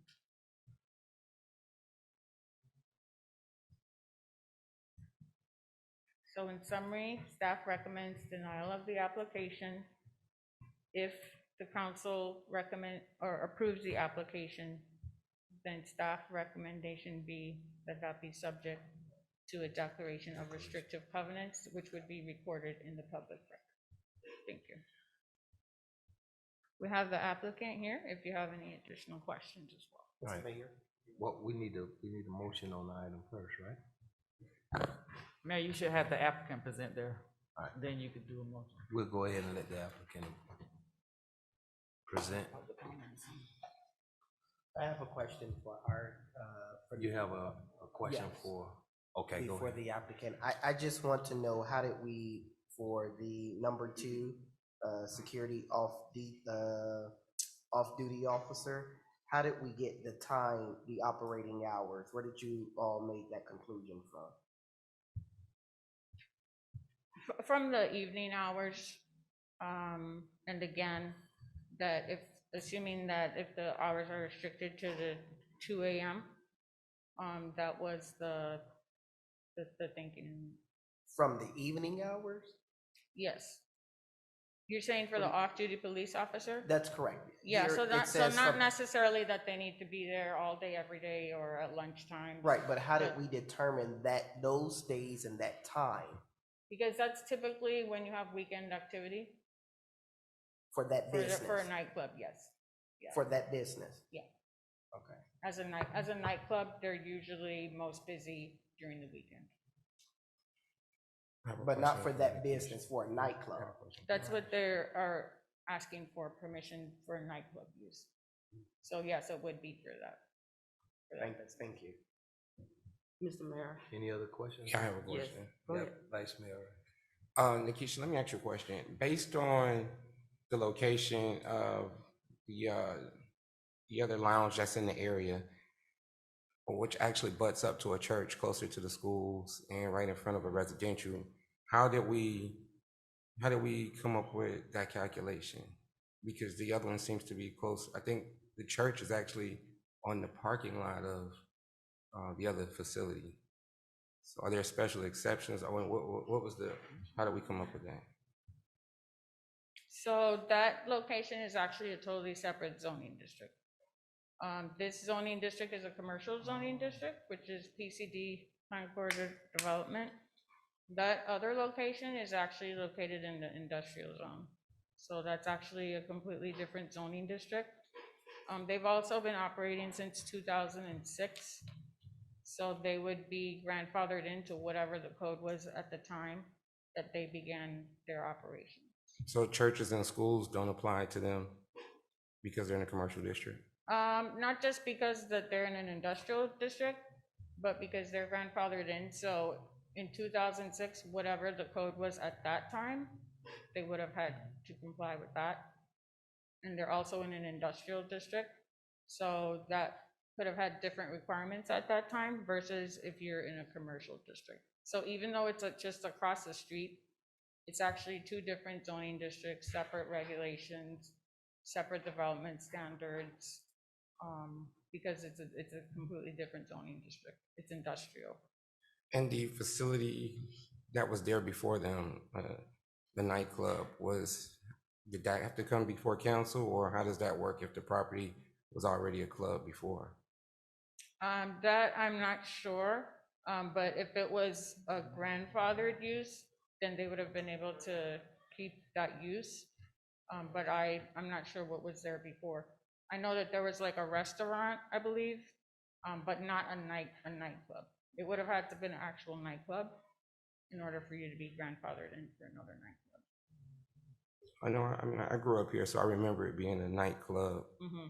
for some time. So I'm just curious to know how the zoning did we change it, or? We have updated our zoning several times over the last, I would say, 3 years. We have had several updates to the code. We've added like our entertainment overlay. We've changed our permitted uses table. So all of that could impact what was permitted there before. But as of what's permitted right now today, based on those standards, this is what is required, that it would be a special exception use. It may or may not have been a special exception use before. It might have been a use that was permitted by right at that time. That's all I have on that. Who else had, you had a question? Yes. Go ahead. My question, you mentioned about the off-duty officers, if we choose to allow this to take place, but you said it will be provided. Okay, so in that terminology, does that mean they're going to be provided by the city of Miami Gardens, and who's paying for that? Mr. Mayor, Go ahead, Mr. Manager. if the business is required to have off-duty officers, that would be through the police department, Miami Gardens Police Department, and there is a cost to the business owner for those off-duty officers.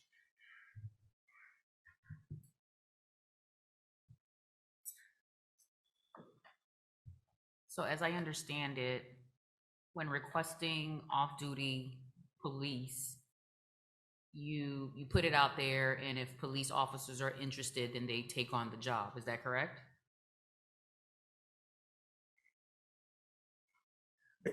I just want to make sure, I'm looking at the chief to make sure I say the word right. There is a bid process, if you will, through the department for officers or sergeants who may want to do an off-duty, and then they are assigned by a personnel in the police department to that site or to that business. Should there not be any officers that bite on this bid, or we don't get any police officers who say, hey, I want to work off duty, then what happens? I'm gonna turn that one over to the chief. Sure. That one I don't know.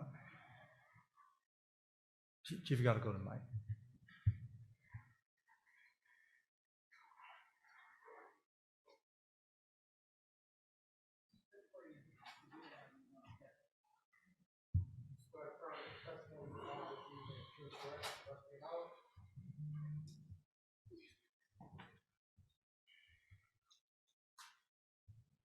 Good evening, Council. Delano Pratt, Police Chief, City of Miami Gardens Police Department. If there's no one that puts in for that particular job, then we have the responsibility still safeguarding their business. So, you know, during regular patrols, they would go by, make sure everything's okay. So then that means we would have to pull patrol off of the road to see to it that It's considered like a high visibility patrol.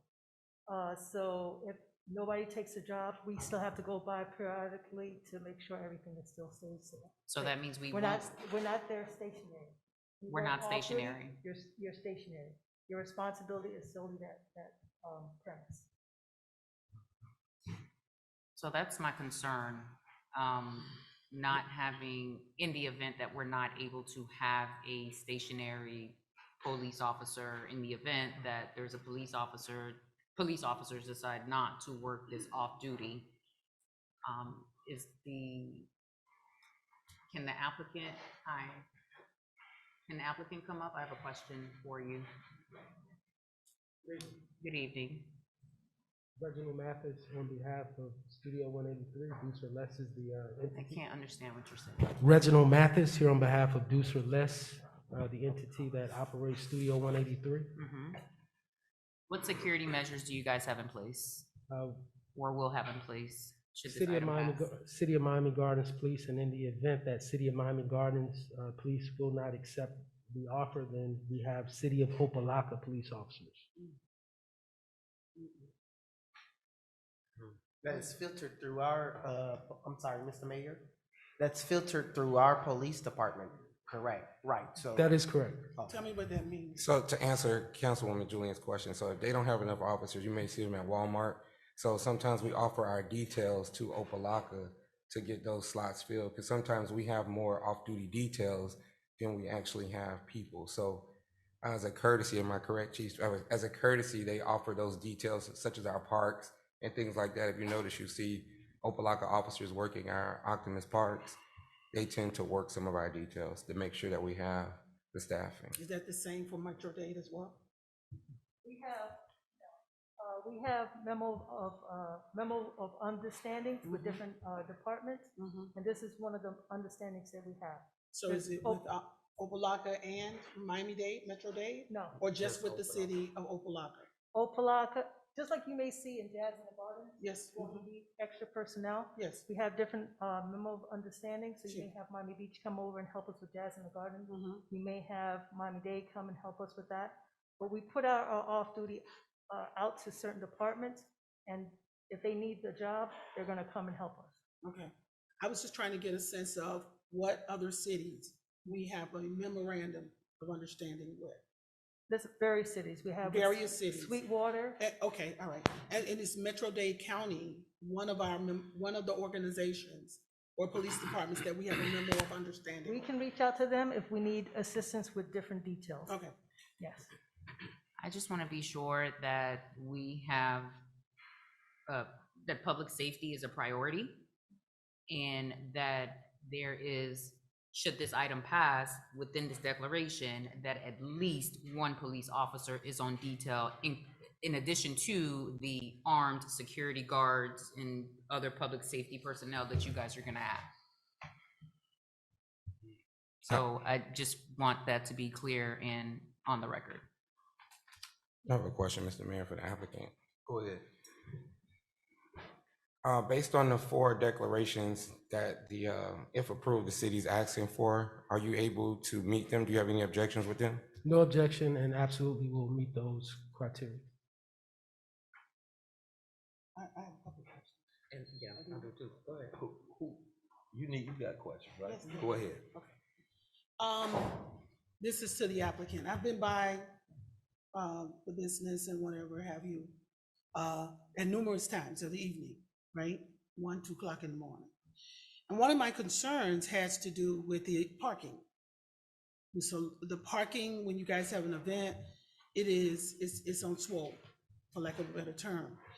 And as I thought about it, I said, you know, with that parking also has been loitering. People standing outside and all of that kind of stuff, and cross the street they park over at the Bank of America or the Elegant Hair Salon, or, I mean, you know, hair place, whatever that is. And so my question is that if we have police, right, and they are only on your property, but your patrons are across the street, around the corner in another parking. How do we police that with one officer? And what kind of parking agreement do we have when we have lots of people crossing the, like going across the street or down the street at the tax office they're parking, and at the, the other businesses that are down the street, and frankly, pretty dark, which means that just lends itself to a lot more of the,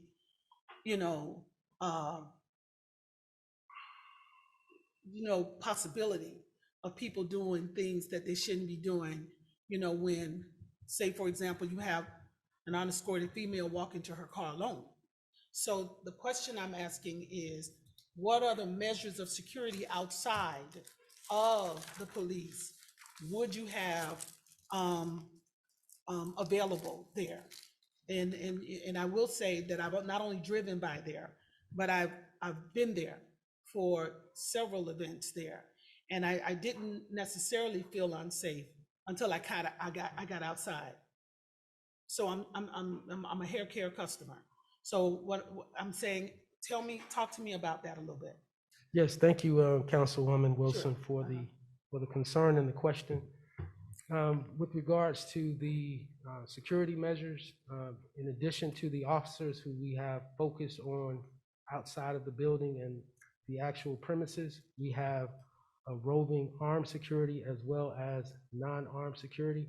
And if it is a concern of the council, we will absolutely designate someone to remain outside and rove around the parking lot to ensure maximum safety for our patrons. Okay, and then the second issue, if they are parking across the street, what kind of agreement would the police have to be able to deal with anything that's happening on somebody else's private property as they are patrons, to yours, because it's a limited amount of park. How many parking spaces do you got there? We have 50 spaces, and we have contracted, we acquired additional property behind our building so that we can accommodate more parkers. We try to encourage the valet as much as possible so that the more remote parking spaces can be taken up by the valet company, so our patrons can park closer to the building. And with regards to across the street, patrons really should not be parking across the street, but I understand that it does happen from time to time. So perhaps we can use some signage and encourage our folks, because we do have sufficient parking on the lot. And the adjacent building, which we purchased another business so that we have additional parking spaces, but we will accommodate whatever recommendations the council sees fit. And if I might add one thing, there was a resolution that was passed back in October 9th of 2009, 3ZAB-3465, which specifically designated that area. So as Council Vice Mayor Leon alluded to, that location has been used as a nightclub and has been specifically designated as such by this very commission. And I ask you to reference 3ZAB-34-65, a resolution that was passed back in October 9th, 2009. And the only thing we tried to do was be in compliance with the city. As you know, the two proprietors of this business are from Miami Gardens, Blueprints and Shamar Flow Rider Dealer, and they have put millions of dollars into their home to build an outstanding facility that has brought the likes of Neo, Ashanti, 50 Cent, folks who would not necessarily come to Miami Gardens when they come to this town. We've given them a first-class, first-rate facility, and we like to continue that, and we would do anything and everything that the city of Miami Gardens deem necessary so that we can continue with that.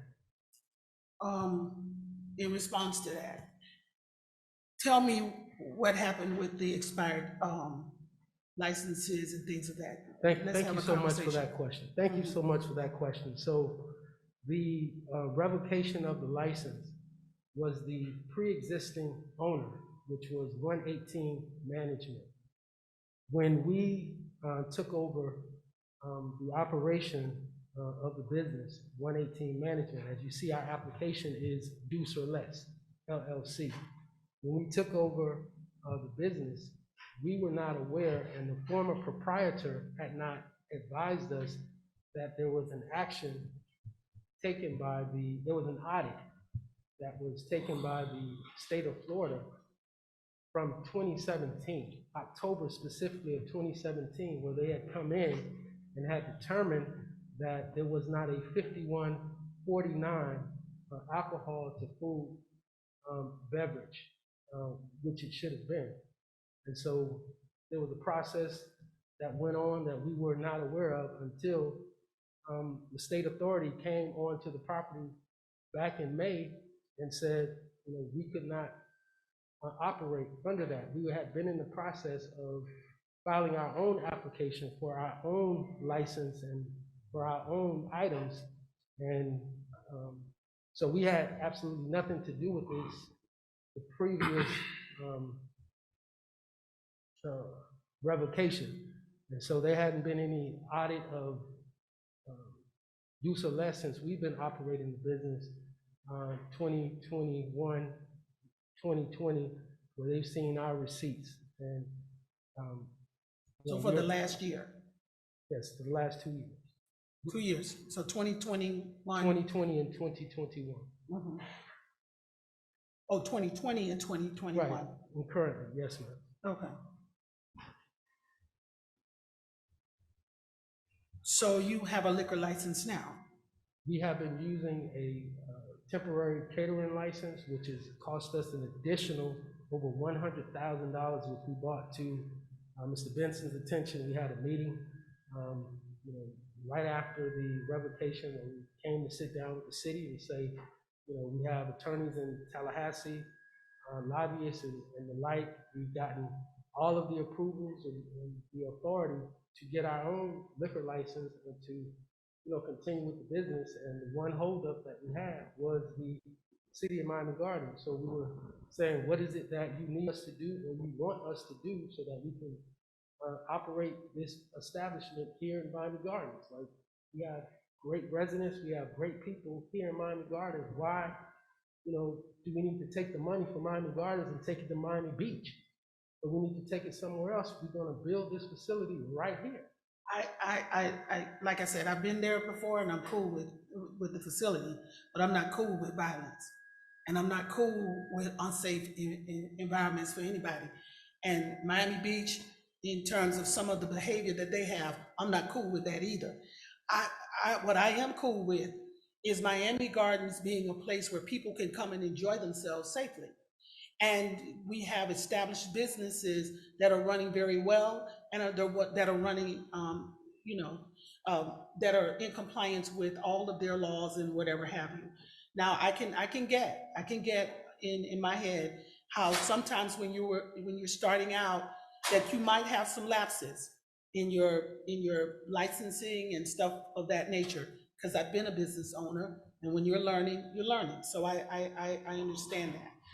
However, I am saying that when we take a look at all of the declarations that have been listed about real-time crime center, about safety in terms of not just one, but I would like to see that change to say, when you're gonna have a major event and you're putting major names out there, you need to have more than one. You follow me? Because Right, people we follow absolutely names do. and they follow stars, and they'll show up and stand out loud outside for 400 hours waiting on somebody to come. And I'm saying, what is the policing and what is the security on that? I'm not gonna get into that. I'm just voicing that would be a concern that I would like to see you guys have, so that the name of Miami Gardens remains clean. Absolutely, and we share that with you, Councilwoman, and those are minimum requirements, those are easy requirements. you know, with the clientele that we have at the place, I mean, the last thing we want to do is not be prepared. And you know, the one incident that was alluded to in the staff's report happened on a Tuesday, and that was something, that was a promotion that, you know, as you said, you know, you live and you learn, and that was something that, because it was on a Tuesday, as you can see, staff's requirement or staff's recommendation is a Thursday to a Sunday. So with everything that happened, their recommendation, should the commission pass, would be Thursday to Sunday, but something happened on a Tuesday. And, you know, so we're very mindful of that. You know, I'm probably the only one here. I've prosecuted folks, you know, in Miami-Dade County. I'm a former assistant state attorney in Miami-Dade County. The last thing I want to do is see, you know, crime. The last thing I want to do is see Miami Gardens get embarrassed, you know, with something with my name attached to it. So, you finished this question? They did mention the fact that if this was to be passed, that their camera system will be placed under the real-time crime center. What is your maximum occupancy?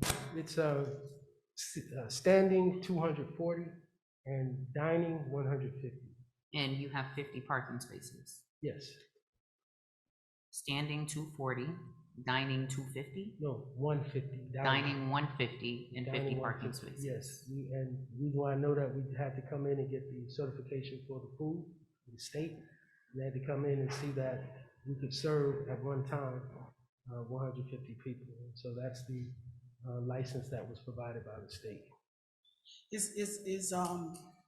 I'm sorry, is there any way that a parking agreement with an adjacent building can be one of our requirements to ensure that, that we can make sure that we have alternate parking and lighting, so that as patrons are coming to this establishment, because I have no doubt that it's a very popular place to be, you know, and I think that you guys have run the kind of business that attracts people there. But at the end of the day, we are talking about being able to accommodate the patrons and making sure that they're not in the middle of the street, and we got other kinds of accidents that might be occurring as they're crossing the street into the, so tell me, would you be willing to do something like that? We have agreements with the entire establishment. Besides the physical Studio 183, we have another business that we acquired directly behind the studio, and we have an agreement with the owner of the entire plaza. A written agreement? Yes, with Mr. Isaac. Okay, and so that's in addition to your 50 slots? Yes. So one other question, Mr. Mayor. Go ahead. So you've been open, have you been using our police detail since you've been open? We've been using it until the incident occurred and our license was revoked, and all of a sudden, Miami Gardens stopped coming and Opalaka's been coming. So hopefully, you know, from what many of the officers have told us is that should this resolution pass, then they're more than eager to resume the spot. They love the spot, but you've still been secured by Opalaka? Yes, we've been secured by Opalaka as well as a private security firm. Mr. Mayor. Go ahead, Mr. I just wanted a point of clarity as a follow-up question to what the Vice Mayor mentioned, as to the question as it relates, you all have been having off-duty detail present at the site, correct? That is correct. And it's not been necessarily Miami Gardens, but it's been officers as far as the city of Opalaka. That is correct. However, Chief can probably confirm this, they're filtered through our police department. So although they've been the city of Opalaka officers, Miami Gardens has assigned the city of Opelika to that off-duty detail. Yes, sir. We offer it to our officers first, and if there's none of our officers that want the detail, we open it up to Opelika. Thank you. I just wanted to clarify that. Thank you. Yeah, look, you had a question, go ahead, Yeah. Councilwoman. No, me. Council. You mentioned, young man, you come back to the mic, thank you. Yes, ma'am. You mentioned that you mentioned all these celebrities and that's bringing a light to, Miami Gardens. And they have been to your establishment, am I hearing you correctly? Absolutely, from folks who have never heard of it, hip hop icons like we had Slick Rick, Scarface, Plies, Ashanti, Neo, Trey Songz, and Martin probably can assist with a lot more. But again, these are, individuals who never heard of Miami Gardens. Like Miami Gardens is, with the stadium and the Super Bowl, names are starting to get out. But these are individuals, when they typically come to Miami, they only go to South Beach. And so because, one of the principals is a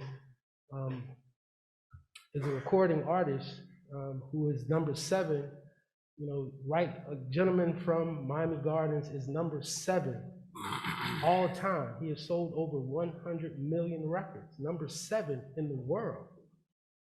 So he has access to folks that he is bringing and shining and shedding light on Miami Gardens. And we only see an upside to this. We only see an upside to this. So you say this artist has how many he can bring, or what you say now? He has sold over 100 million records. He is number 7 all time. Gentleman from here, from Miami Gardens, not from Miami, not from Opelika, but from Miami Gardens. This is the principle of the Studio 183 lounge. But you only have a standing capacity of 240. What does that mean? What you just said. I'm You saying, said he got 1 million, so we gonna pack 1 million people in there? That's not safe. No, okay. Yes, ma'am. You're right. All right, any other questions? So what I'd like to ask is, can an additional declaration be added into this? Additional declarations. Number 1, when you are having or anticipating having a large crowd, that you are required to have more officers. And that requirement has to be based on, like if you have your maximum occupancy at 240 and it's 1 officer, and then the more you think that you're gonna have an additional 200, it's additional officers. Or anything of that nature, like a special little bits that comes with it, additional policing. Absolutely. Okay, good. Well, I have a comment. I mean, having additional police officers mean having to tap into additional monetary resources. So what we don't want to hear is that, yes, we're gonna have additional police officers, and then that not be the case. Please understand that this entire council, as it relates to public safety in Miami Gardens, is our #1 priority. Number one. Mr. Mayor,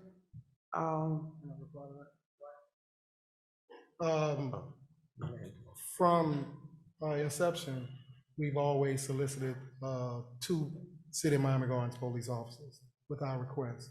Our request has been a standing request for over 2 years now of having City of Miami Gardens provide off-duty police force, and we never asked for no less than 2. So that's a standing request that we do have weekly, even though we've been through this period here where we're spending an exorbitant amount of money. We still have never declined on security. We also hire off-duty, private security to police the area and the cars, like you say. In adjacent to purchasing the building directly adjacent to Studio 183, which was Little K's. We've also have another bay that's in the plaza as well, which garnishes access to parking throughout the entire facility. Now, we are very respectful of all the patrons that are there, and most of our business hours operate after those businesses are predominantly closed. So we do we do take in consideration all of the vendors that are there, all the other businesses that are there. Safety has always been a priority for us, has always been.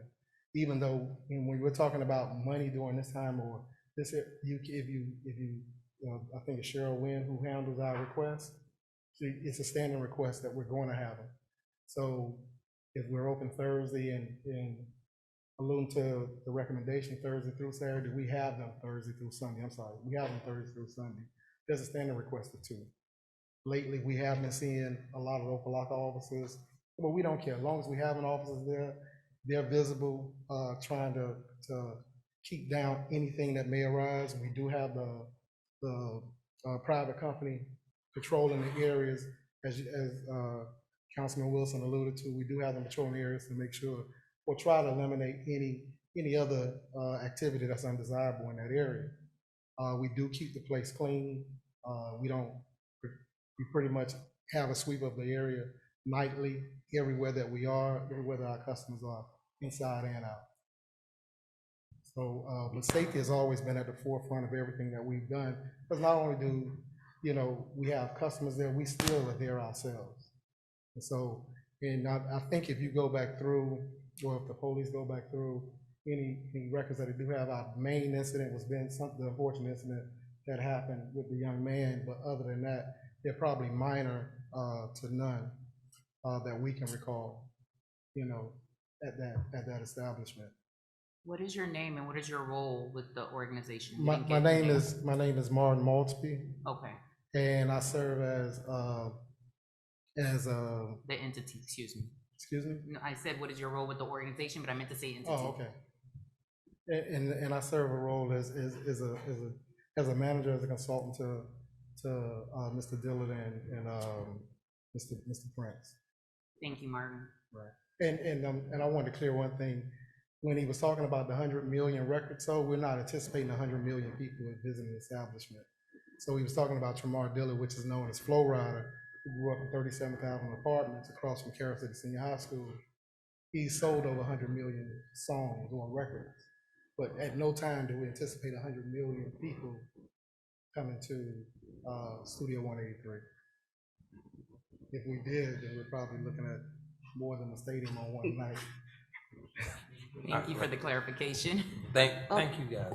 There's more questions? Well, no, I have a statement, because when it comes, and I think we all agree up here that the safety, and I think you guys understand that, but for the purpose of trying to do this establishment, if you're a business person, and I'm pretty sure y'all ain't just you probably just started this business in 2020, but I would want to believe that you've been in business yes, ma'am, prior to 2020. Am I correct? Yes, ma'am. Okay, with that being said, you should have did your legwork and your homework.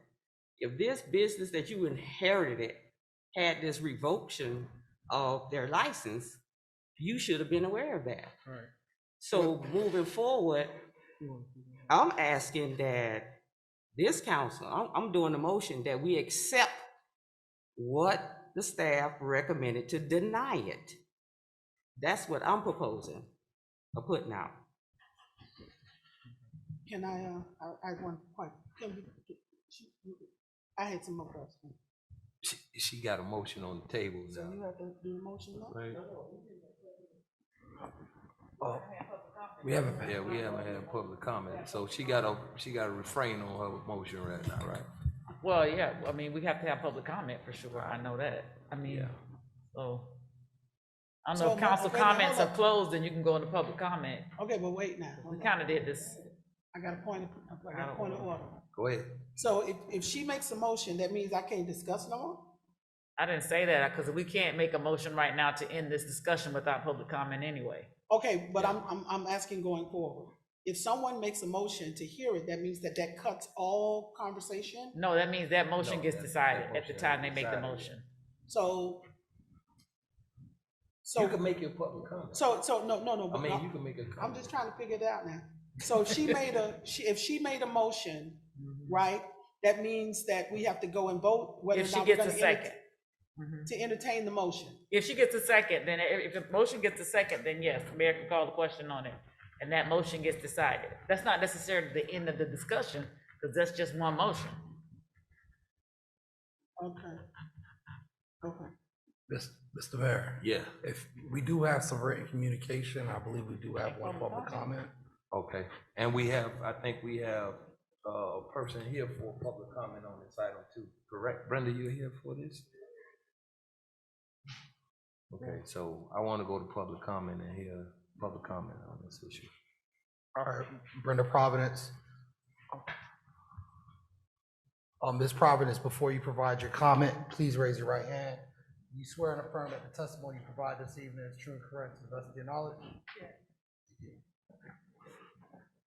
Brenda Providence, 2021 Northwest 154th Street. I'm here to speak in favor of Studio 183. I've been there several times with older women as myself, seasoned women as myself. As you say, Congresswoman, Ms. Wilson, there is never a fear of safety at that location. I find them to be very professional. I find them to be very attentive. The food is good, the drinks are good. I've been to several 60 and older birthday parties that start early in the afternoon and end at night. I think that they are a good fit for our community. We encourage our young people to come back and do things here in Miami Gardens. And we have a young man that did. And I don't think we ought to nitpick him with a lot of different things that we don't have down the street. You got another establishment down the street that's not being held to these same standards you're talking about. You're talking about additional parking where you got an item coming up right after this where you're reducing parking. So I'm asking that we consider what's best for our community. We make some adjustments, as you say, but we give them a chance. We encourage people to come back to Miami Gardens and show how beautiful it is. So I speak in favor of it. Thank you. Thank you, Ms. Providence. I have We a also comment. have Hope Calhoun. Oh, that was the one. But I think there is one more public comment on this item in the lobby.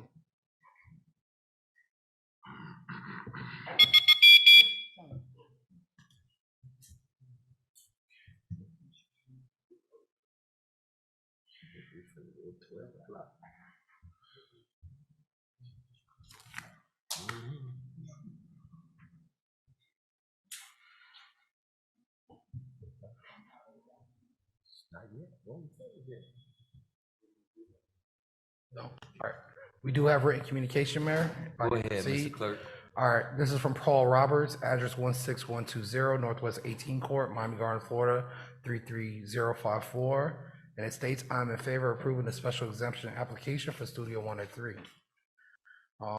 This Brenda Providence already gave her comments. The next one is from Gwendolyn Williams, 17031 Northwest 42nd Avenue, Miami Gardens, Florida, 33055. And she states, I'm in favor of approving the special exemption application for Studio 183. It is a great entertainment venue. We must ensure our Black businesses continue to thrive. Thank you for your consideration. The next one is from Tony Angela, North Miami Real Estate LLP, 6099 Sterling Road, Suite 214, Davie, Florida, 33314. To whom it may concern, we are writing regarding the zoning hearing for Deuce or Less LLC request for a nightclub and waiver alcohol beverage. We are a bit confused as they have operating a nightclub for well over a year now. We own and operate the neighboring building at 240 Northwest 183rd Street. Ever since this establishment has opened, we have had multiple issues. First, this business does not have adequate parking for this location. When the club is open, cars are parked everywhere, including our parking lot, without authorization and paren. They cut our chain link fence separating the two properties and installed a gate so they could illegally use our parking lot. Second, people leaving the establishment leave bottles, trash on our property, as well as urine and vomit. I'm sure you can imagine how our tenants feel arriving to work to see that on our property. Third, this establishment brings unwanted danger to the area. There's already been a shooting at the club and into the parking lot. Our tenants are afraid to leave the building after dark, as well as being concerned about their personal property. Please see the attached link to the news story about the shooting from Local 10 News. Please do not misunderstand our concerns. We are pro-business, but businesses should not unduly burden their neighbors because of their operation or affecting neighboring businesses negatively, which unfortunately this business does. Thank you. The next public comment is from Chantrell Neal. I'm from 2850 Northwest 205th Street, Miami Gardens, Florida. I'm in favor of approving the special exemption application for Studio 183. This next one is from Rosalind Jones, address 2743 Northwest 199 Terrace, Miami Gardens, Florida. To whom it may concern, I am in favor of renewing Studio 183's license. And this one is from S. Longley Blue. I have no address, and it states, I'm in favor of approving the special exemption application for Studio 183. We do not have any Zoom public comments, and those are your public comments, Mr. Mayor. All right. That being the case, public comment is closed on this item. Now, where are we? We're on, we have to entertain the councilwoman's motion, correct? All right, she has a motion on the table. Is anyone seconding that motion? Just for the record, Mayor, Councilwoman, respectfully, if you can restate your motion. Say that again, I didn't hear you. If you can restate your motion for the record. Okay, I motion that we accept what the staff recommended is to deny. Okay, there's a motion on the table to deny this applicant. Any seconds? Showing that there's no second, the item fails. The motion fails. Now there's a motion now for, I need a motion for now to, I guess, follow through with whether or not this is going to pass, and if it does, with the declaration, the declarations that were added. Wait. No. All right, I wasn't finished adding on. Yeah, to the declarations.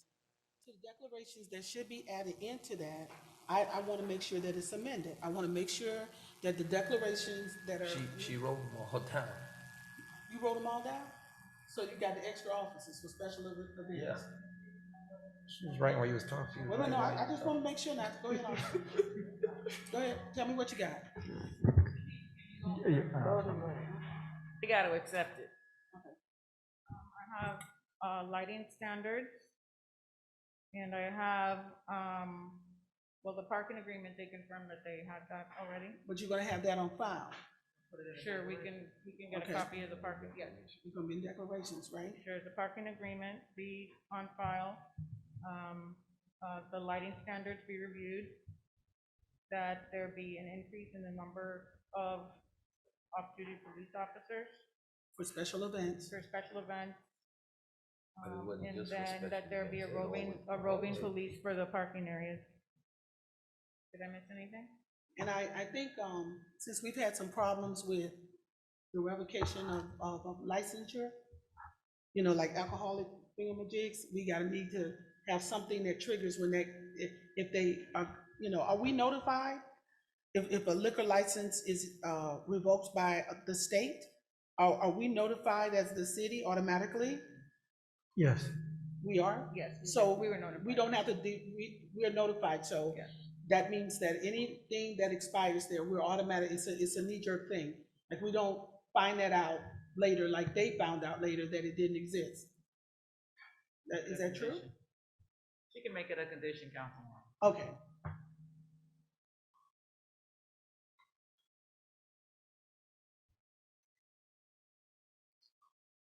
And then, Mayor, you need to get the applicant to accept those amendments. Yeah, I need the applicant to come up to the podium. Will you be willing to accept these declarations as they're stated here today? Absolutely. Then, Mayor, what would be appropriate is a motion to approve the application subject to the conditions listed in the Declaration of Restrictive Covenants as amended. I need to repeat that. You could just say so moved. Yeah, so moved. Second. So moved. So, we need a motion to accept those declarations as they've been amended. No. Motion. I'm gonna We just restate. did that. We did it? Yeah. Your resolution is to approve the application with the conditions as outlined in the Declaration of Restrictive Covenants as amended. So moved. So moved. There you go. So, We need a second. we need a second? Second. Been moved and seconded. All in favor signify by saying aye, or we're gonna do a Oh, voice. since this is quasi judicial, can we go ahead and do a roll call vote? Let's on do a this? roll call. Councilwoman Iguodaro is absent.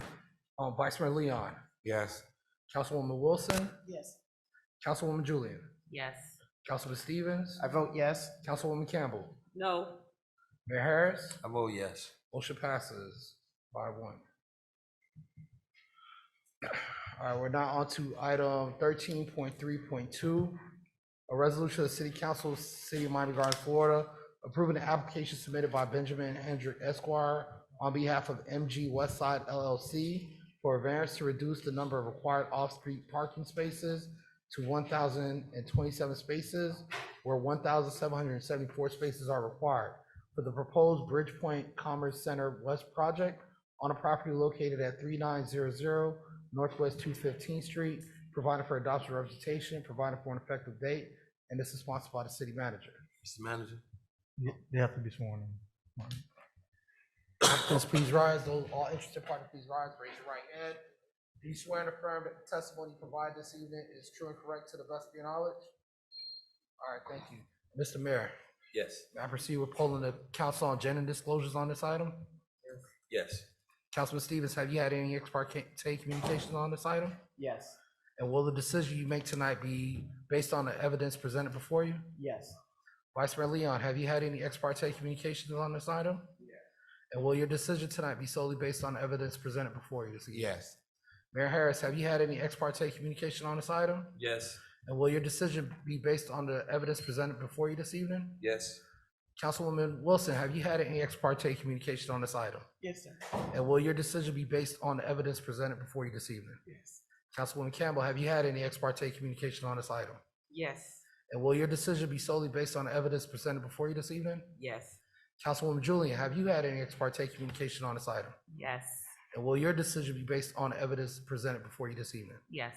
Thank you. Yes, ma'am. This item is for a parking variance request for the Bridgepoint project, the west side. The property is located at 3900 Northwest 215th Street.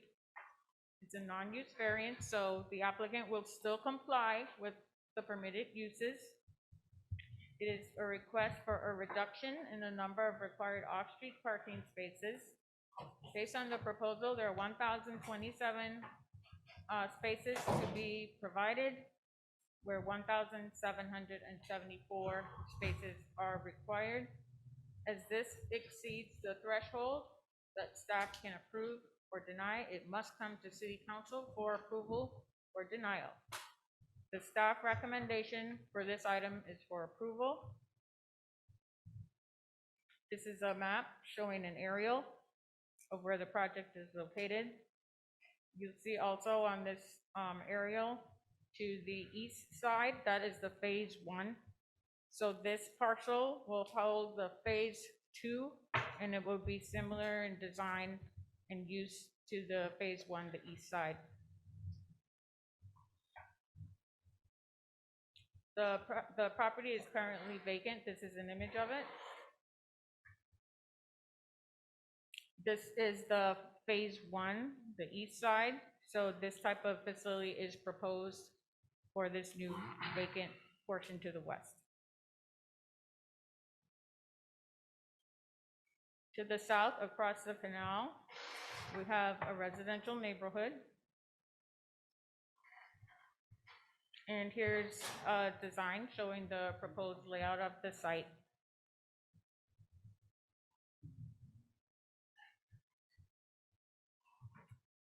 The criteria for granting of variances are listed here on this slide, and that is what staff analyzed in making their recommendation.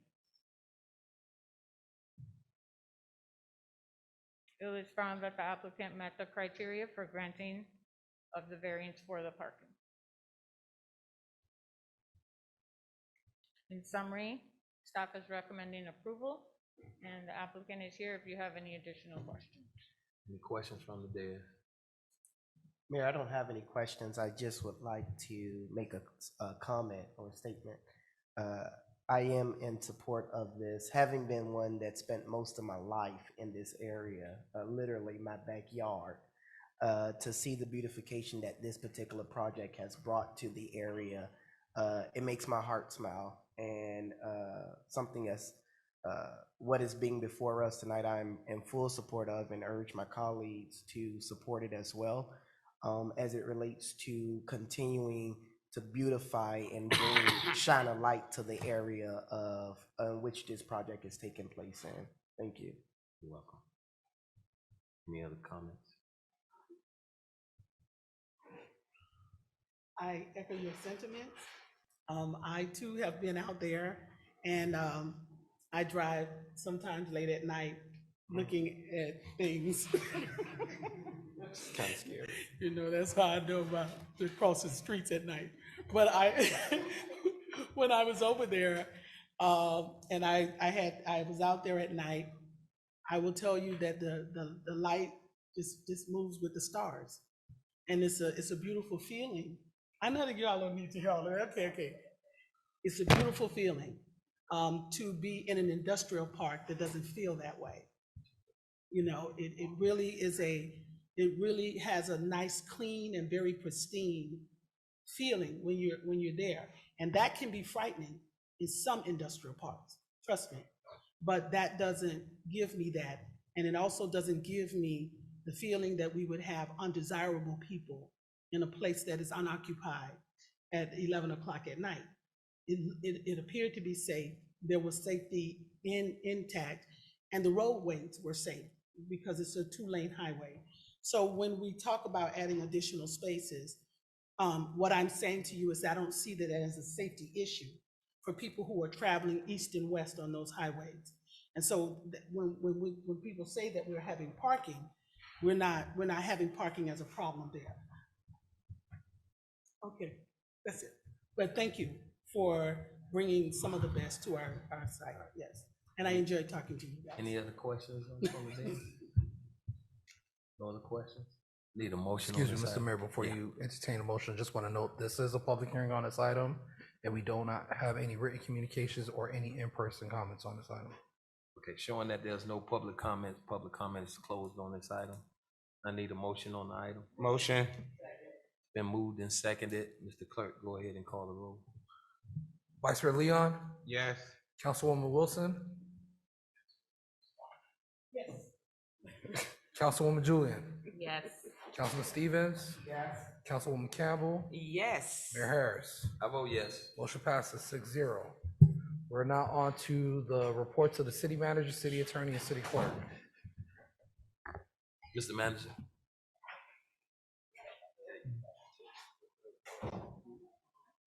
Mr. Manager. Mr. Mayor, just a brief report and update.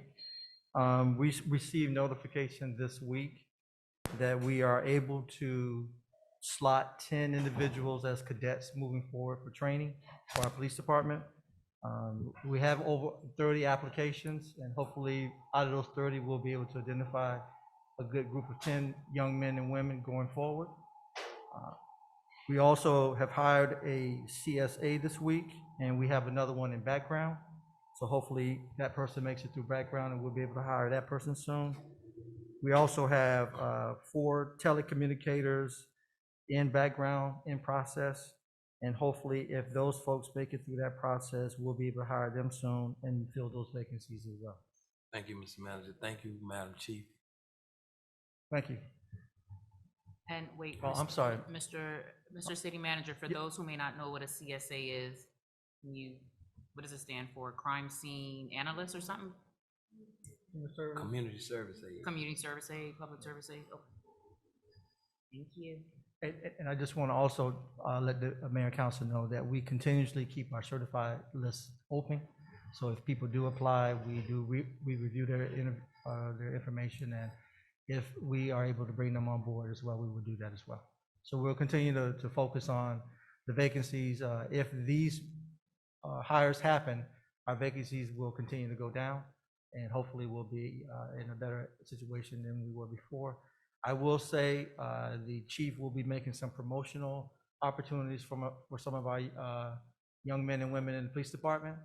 And so therefore, when that all shakes out, we may end up with some vacancies, but since we have a continuous list open, we'll be able to hire them as well. Thank you. Thank you, Mr. Manager. Madam Attorney? I don't have a report, Mayor. You know, it's been a long night, huh? Mr. Clerk? No report. No report from Mr. Stevens? Got a report. Thank you, Mr. Mayor, for recognizing. Y'all gonna stop playing with me one day. Councilman, I enjoy your reports. Thank you, Councilwoman. First and foremost, good work, Mr. Manager, and the police, to our police department leadership. Good work in working to bring more officers in the areas to improve in that area. I'm greatly appreciate your work. Thank you for that. My report is as follows. On this coming Monday, November 1st at 6:30 p.m., my office will be facilitating a read-in and book fair in celebration of National Authors Day. This event will showcase local authors and writers, as well as facilitated in-depth discussion about their writing and published process. NBC6 News anchor Constant Jones will be our guest moderator for the evening.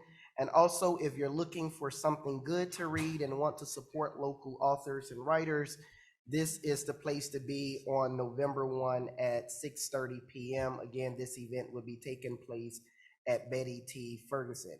Please also stay in tune for information regarding the Thanksgiving turkey giveaway hosted by my office in partnership with the Progressive Firefighters Association.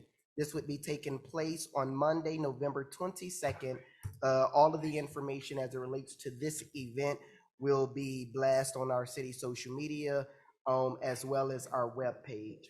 Lastly, I am extremely excited that my colleagues passed resolutions this evening in support of the 2022 Miami Gardens Higher Education Scholarship Initiative, the Fitness Challenge, quarterly community walks, and Juice It Thursdays as we bring and raise health in our community and promote healthy eating in our community. I'm excited to get these programs and initiatives started and look forward to engaging with our residents to create positive change within our communities. If you'd like to volunteer or be a part of any of the initiatives that's happening within my office, please do not hesitate to contact my legislative analyst, Mr. Cameron Floyd, at 305-622-8000, extension 2831, or you can send him an email at cfloyd@miamigardens-fl.gov. Mr. Mayor, that ends my report. Thank you. Councilwoman Julian? I'm looking forward to juicing it Thursday or Juice It Thursday? Juice It Thursday. I can't wait. All right, and so I'll be brief. I just want to say thank you to residents Betty Cepeda, Dr. Holmes, Mr. Basil Cole, Mrs. Patricia Cole, and Pastor Rochelle, as well as all the countless others who participated and donated to the Haiti Relief Drive. Thank you so much. I appreciate you. This council appreciates you, and the people of Haiti appreciate you. And I would also like to extend my condolences to the City of Hollywood Police Department and the family of fallen Officer Yandy Chirino. You know, oftentimes, and this is why especially when it comes to our police officers, I give them their flowers every single day. And when I see them, I express how much I appreciate them, because you leave home to serve your community and sometimes you don't make it back. I want to take this moment to say thank you to the men and women in uniform who serve and protect their cities and towns all over the world with ethical principles and moral character. I see your battles, I recognize your strengths, and I applaud your courage. The calling to protect and serve is not easy, but it is truly special. I want you to know that I honor you every single day. And that's all I have. Councilwoman Campbell. No report. Councilwoman Wilson. Yes. I would like to thank everyone who came out for our Kicks and Cancer Sneaker event to celebrate breast cancer awareness. We had well over 100 people who were in attendance. I would like to also thank my colleagues for being there to celebrate with us. We had a wonderful time. Thank you guys for your just unending support. It was a very nice event. I want to say a shout out especially to Strong is the New Sexy CEO and breast cancer survivor, Sarita Hanks, and the Break the Cycle team who also participated and who was our co-sponsor. We had a wonderful bike ride. And always I want to say thank you to the police, because you guys do a great job protecting us as we cycle around for the causes in our city. And it is always a wonderful reaction we receive from the residents who see us biking for a good cause. So I want to say thank you to you. I also would like to say thank you to Shelby Russian, who was our narrator, our host for that evening, Mr. Paul Wilson from DJ Population, Samantha Jarrell, and of course, our illustrious Parks Department, who did a great job with the event. But more importantly, I want to just say to our administration that the Senior Family Center is a stellar facility. And it can be transformed into almost, some of the highest caliber events. So thank you for the wonderful job that you guys have done in creating those kinds of facilities for us to use here. And then to the residents, remember, Meet Me Monday will be November 8th at 6 p.m. It is going to be both in person and virtually. The codes will be posted on the flyers that come on our staff events, and it will resume at Carroll City Park on November 8th at 6 o'clock. We will be discussing our ordinances and code enforcement. So I look forward to hearing and seeing you guys again as we get ready for the holidays. Thank you very much. Real quick, I just want to remind you that we are doing booster shots at our vaccine site. So booster shots are available. Depending on when the kids get approved through the FDA, they'll be offering that at our vaccine site also, so make sure you take full advantage of that. Mr. Manager, thanks for the update on the police department and hiring, where we at on that. Also, Tipsy's Wine and Spirit, UPS, my office will be doing a Thanksgiving turkey giveaway along with Farm Share on November 13th. So we'll have over 500 Farm Share meals and about 350 turkeys on a first come, first served basis. Volunteers are needed. If you're interested, reach out to Latavia Esther. Thank you. All right, it's been a long night, so we're gonna hurry this thing along. Last weekend, we started our Team Talk Saturdays at the Betty T. Ferguson Recreational Center. And what's happening there, we had a few months ago, we had a community youth organization that had an event called the Race Course.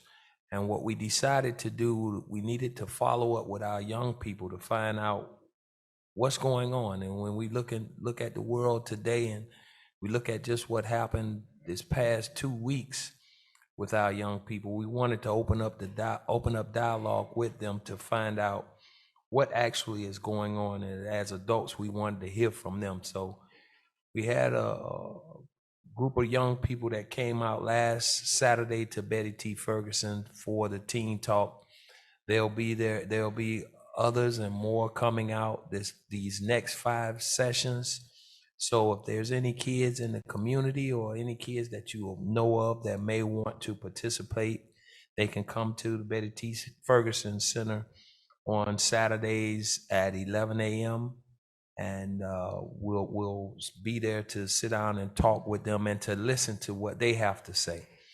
Also, the Miami-Dade County League of Cities, in which I serve as the second vice president, we're having a turkey giveaway on November 18th at 1 p.m.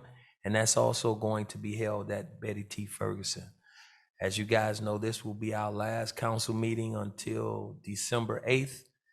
So I want to take this opportunity to wish each and every one of you a very happy and thankful Thanksgiving. So enjoy your time and be safe. May God bless you guys. Yes, Mr. Manager. Mayor, I'm sorry, I forgot one thing on my report, if you don't mind. No, go ahead. Okay. I intend to tomorrow issue a administrative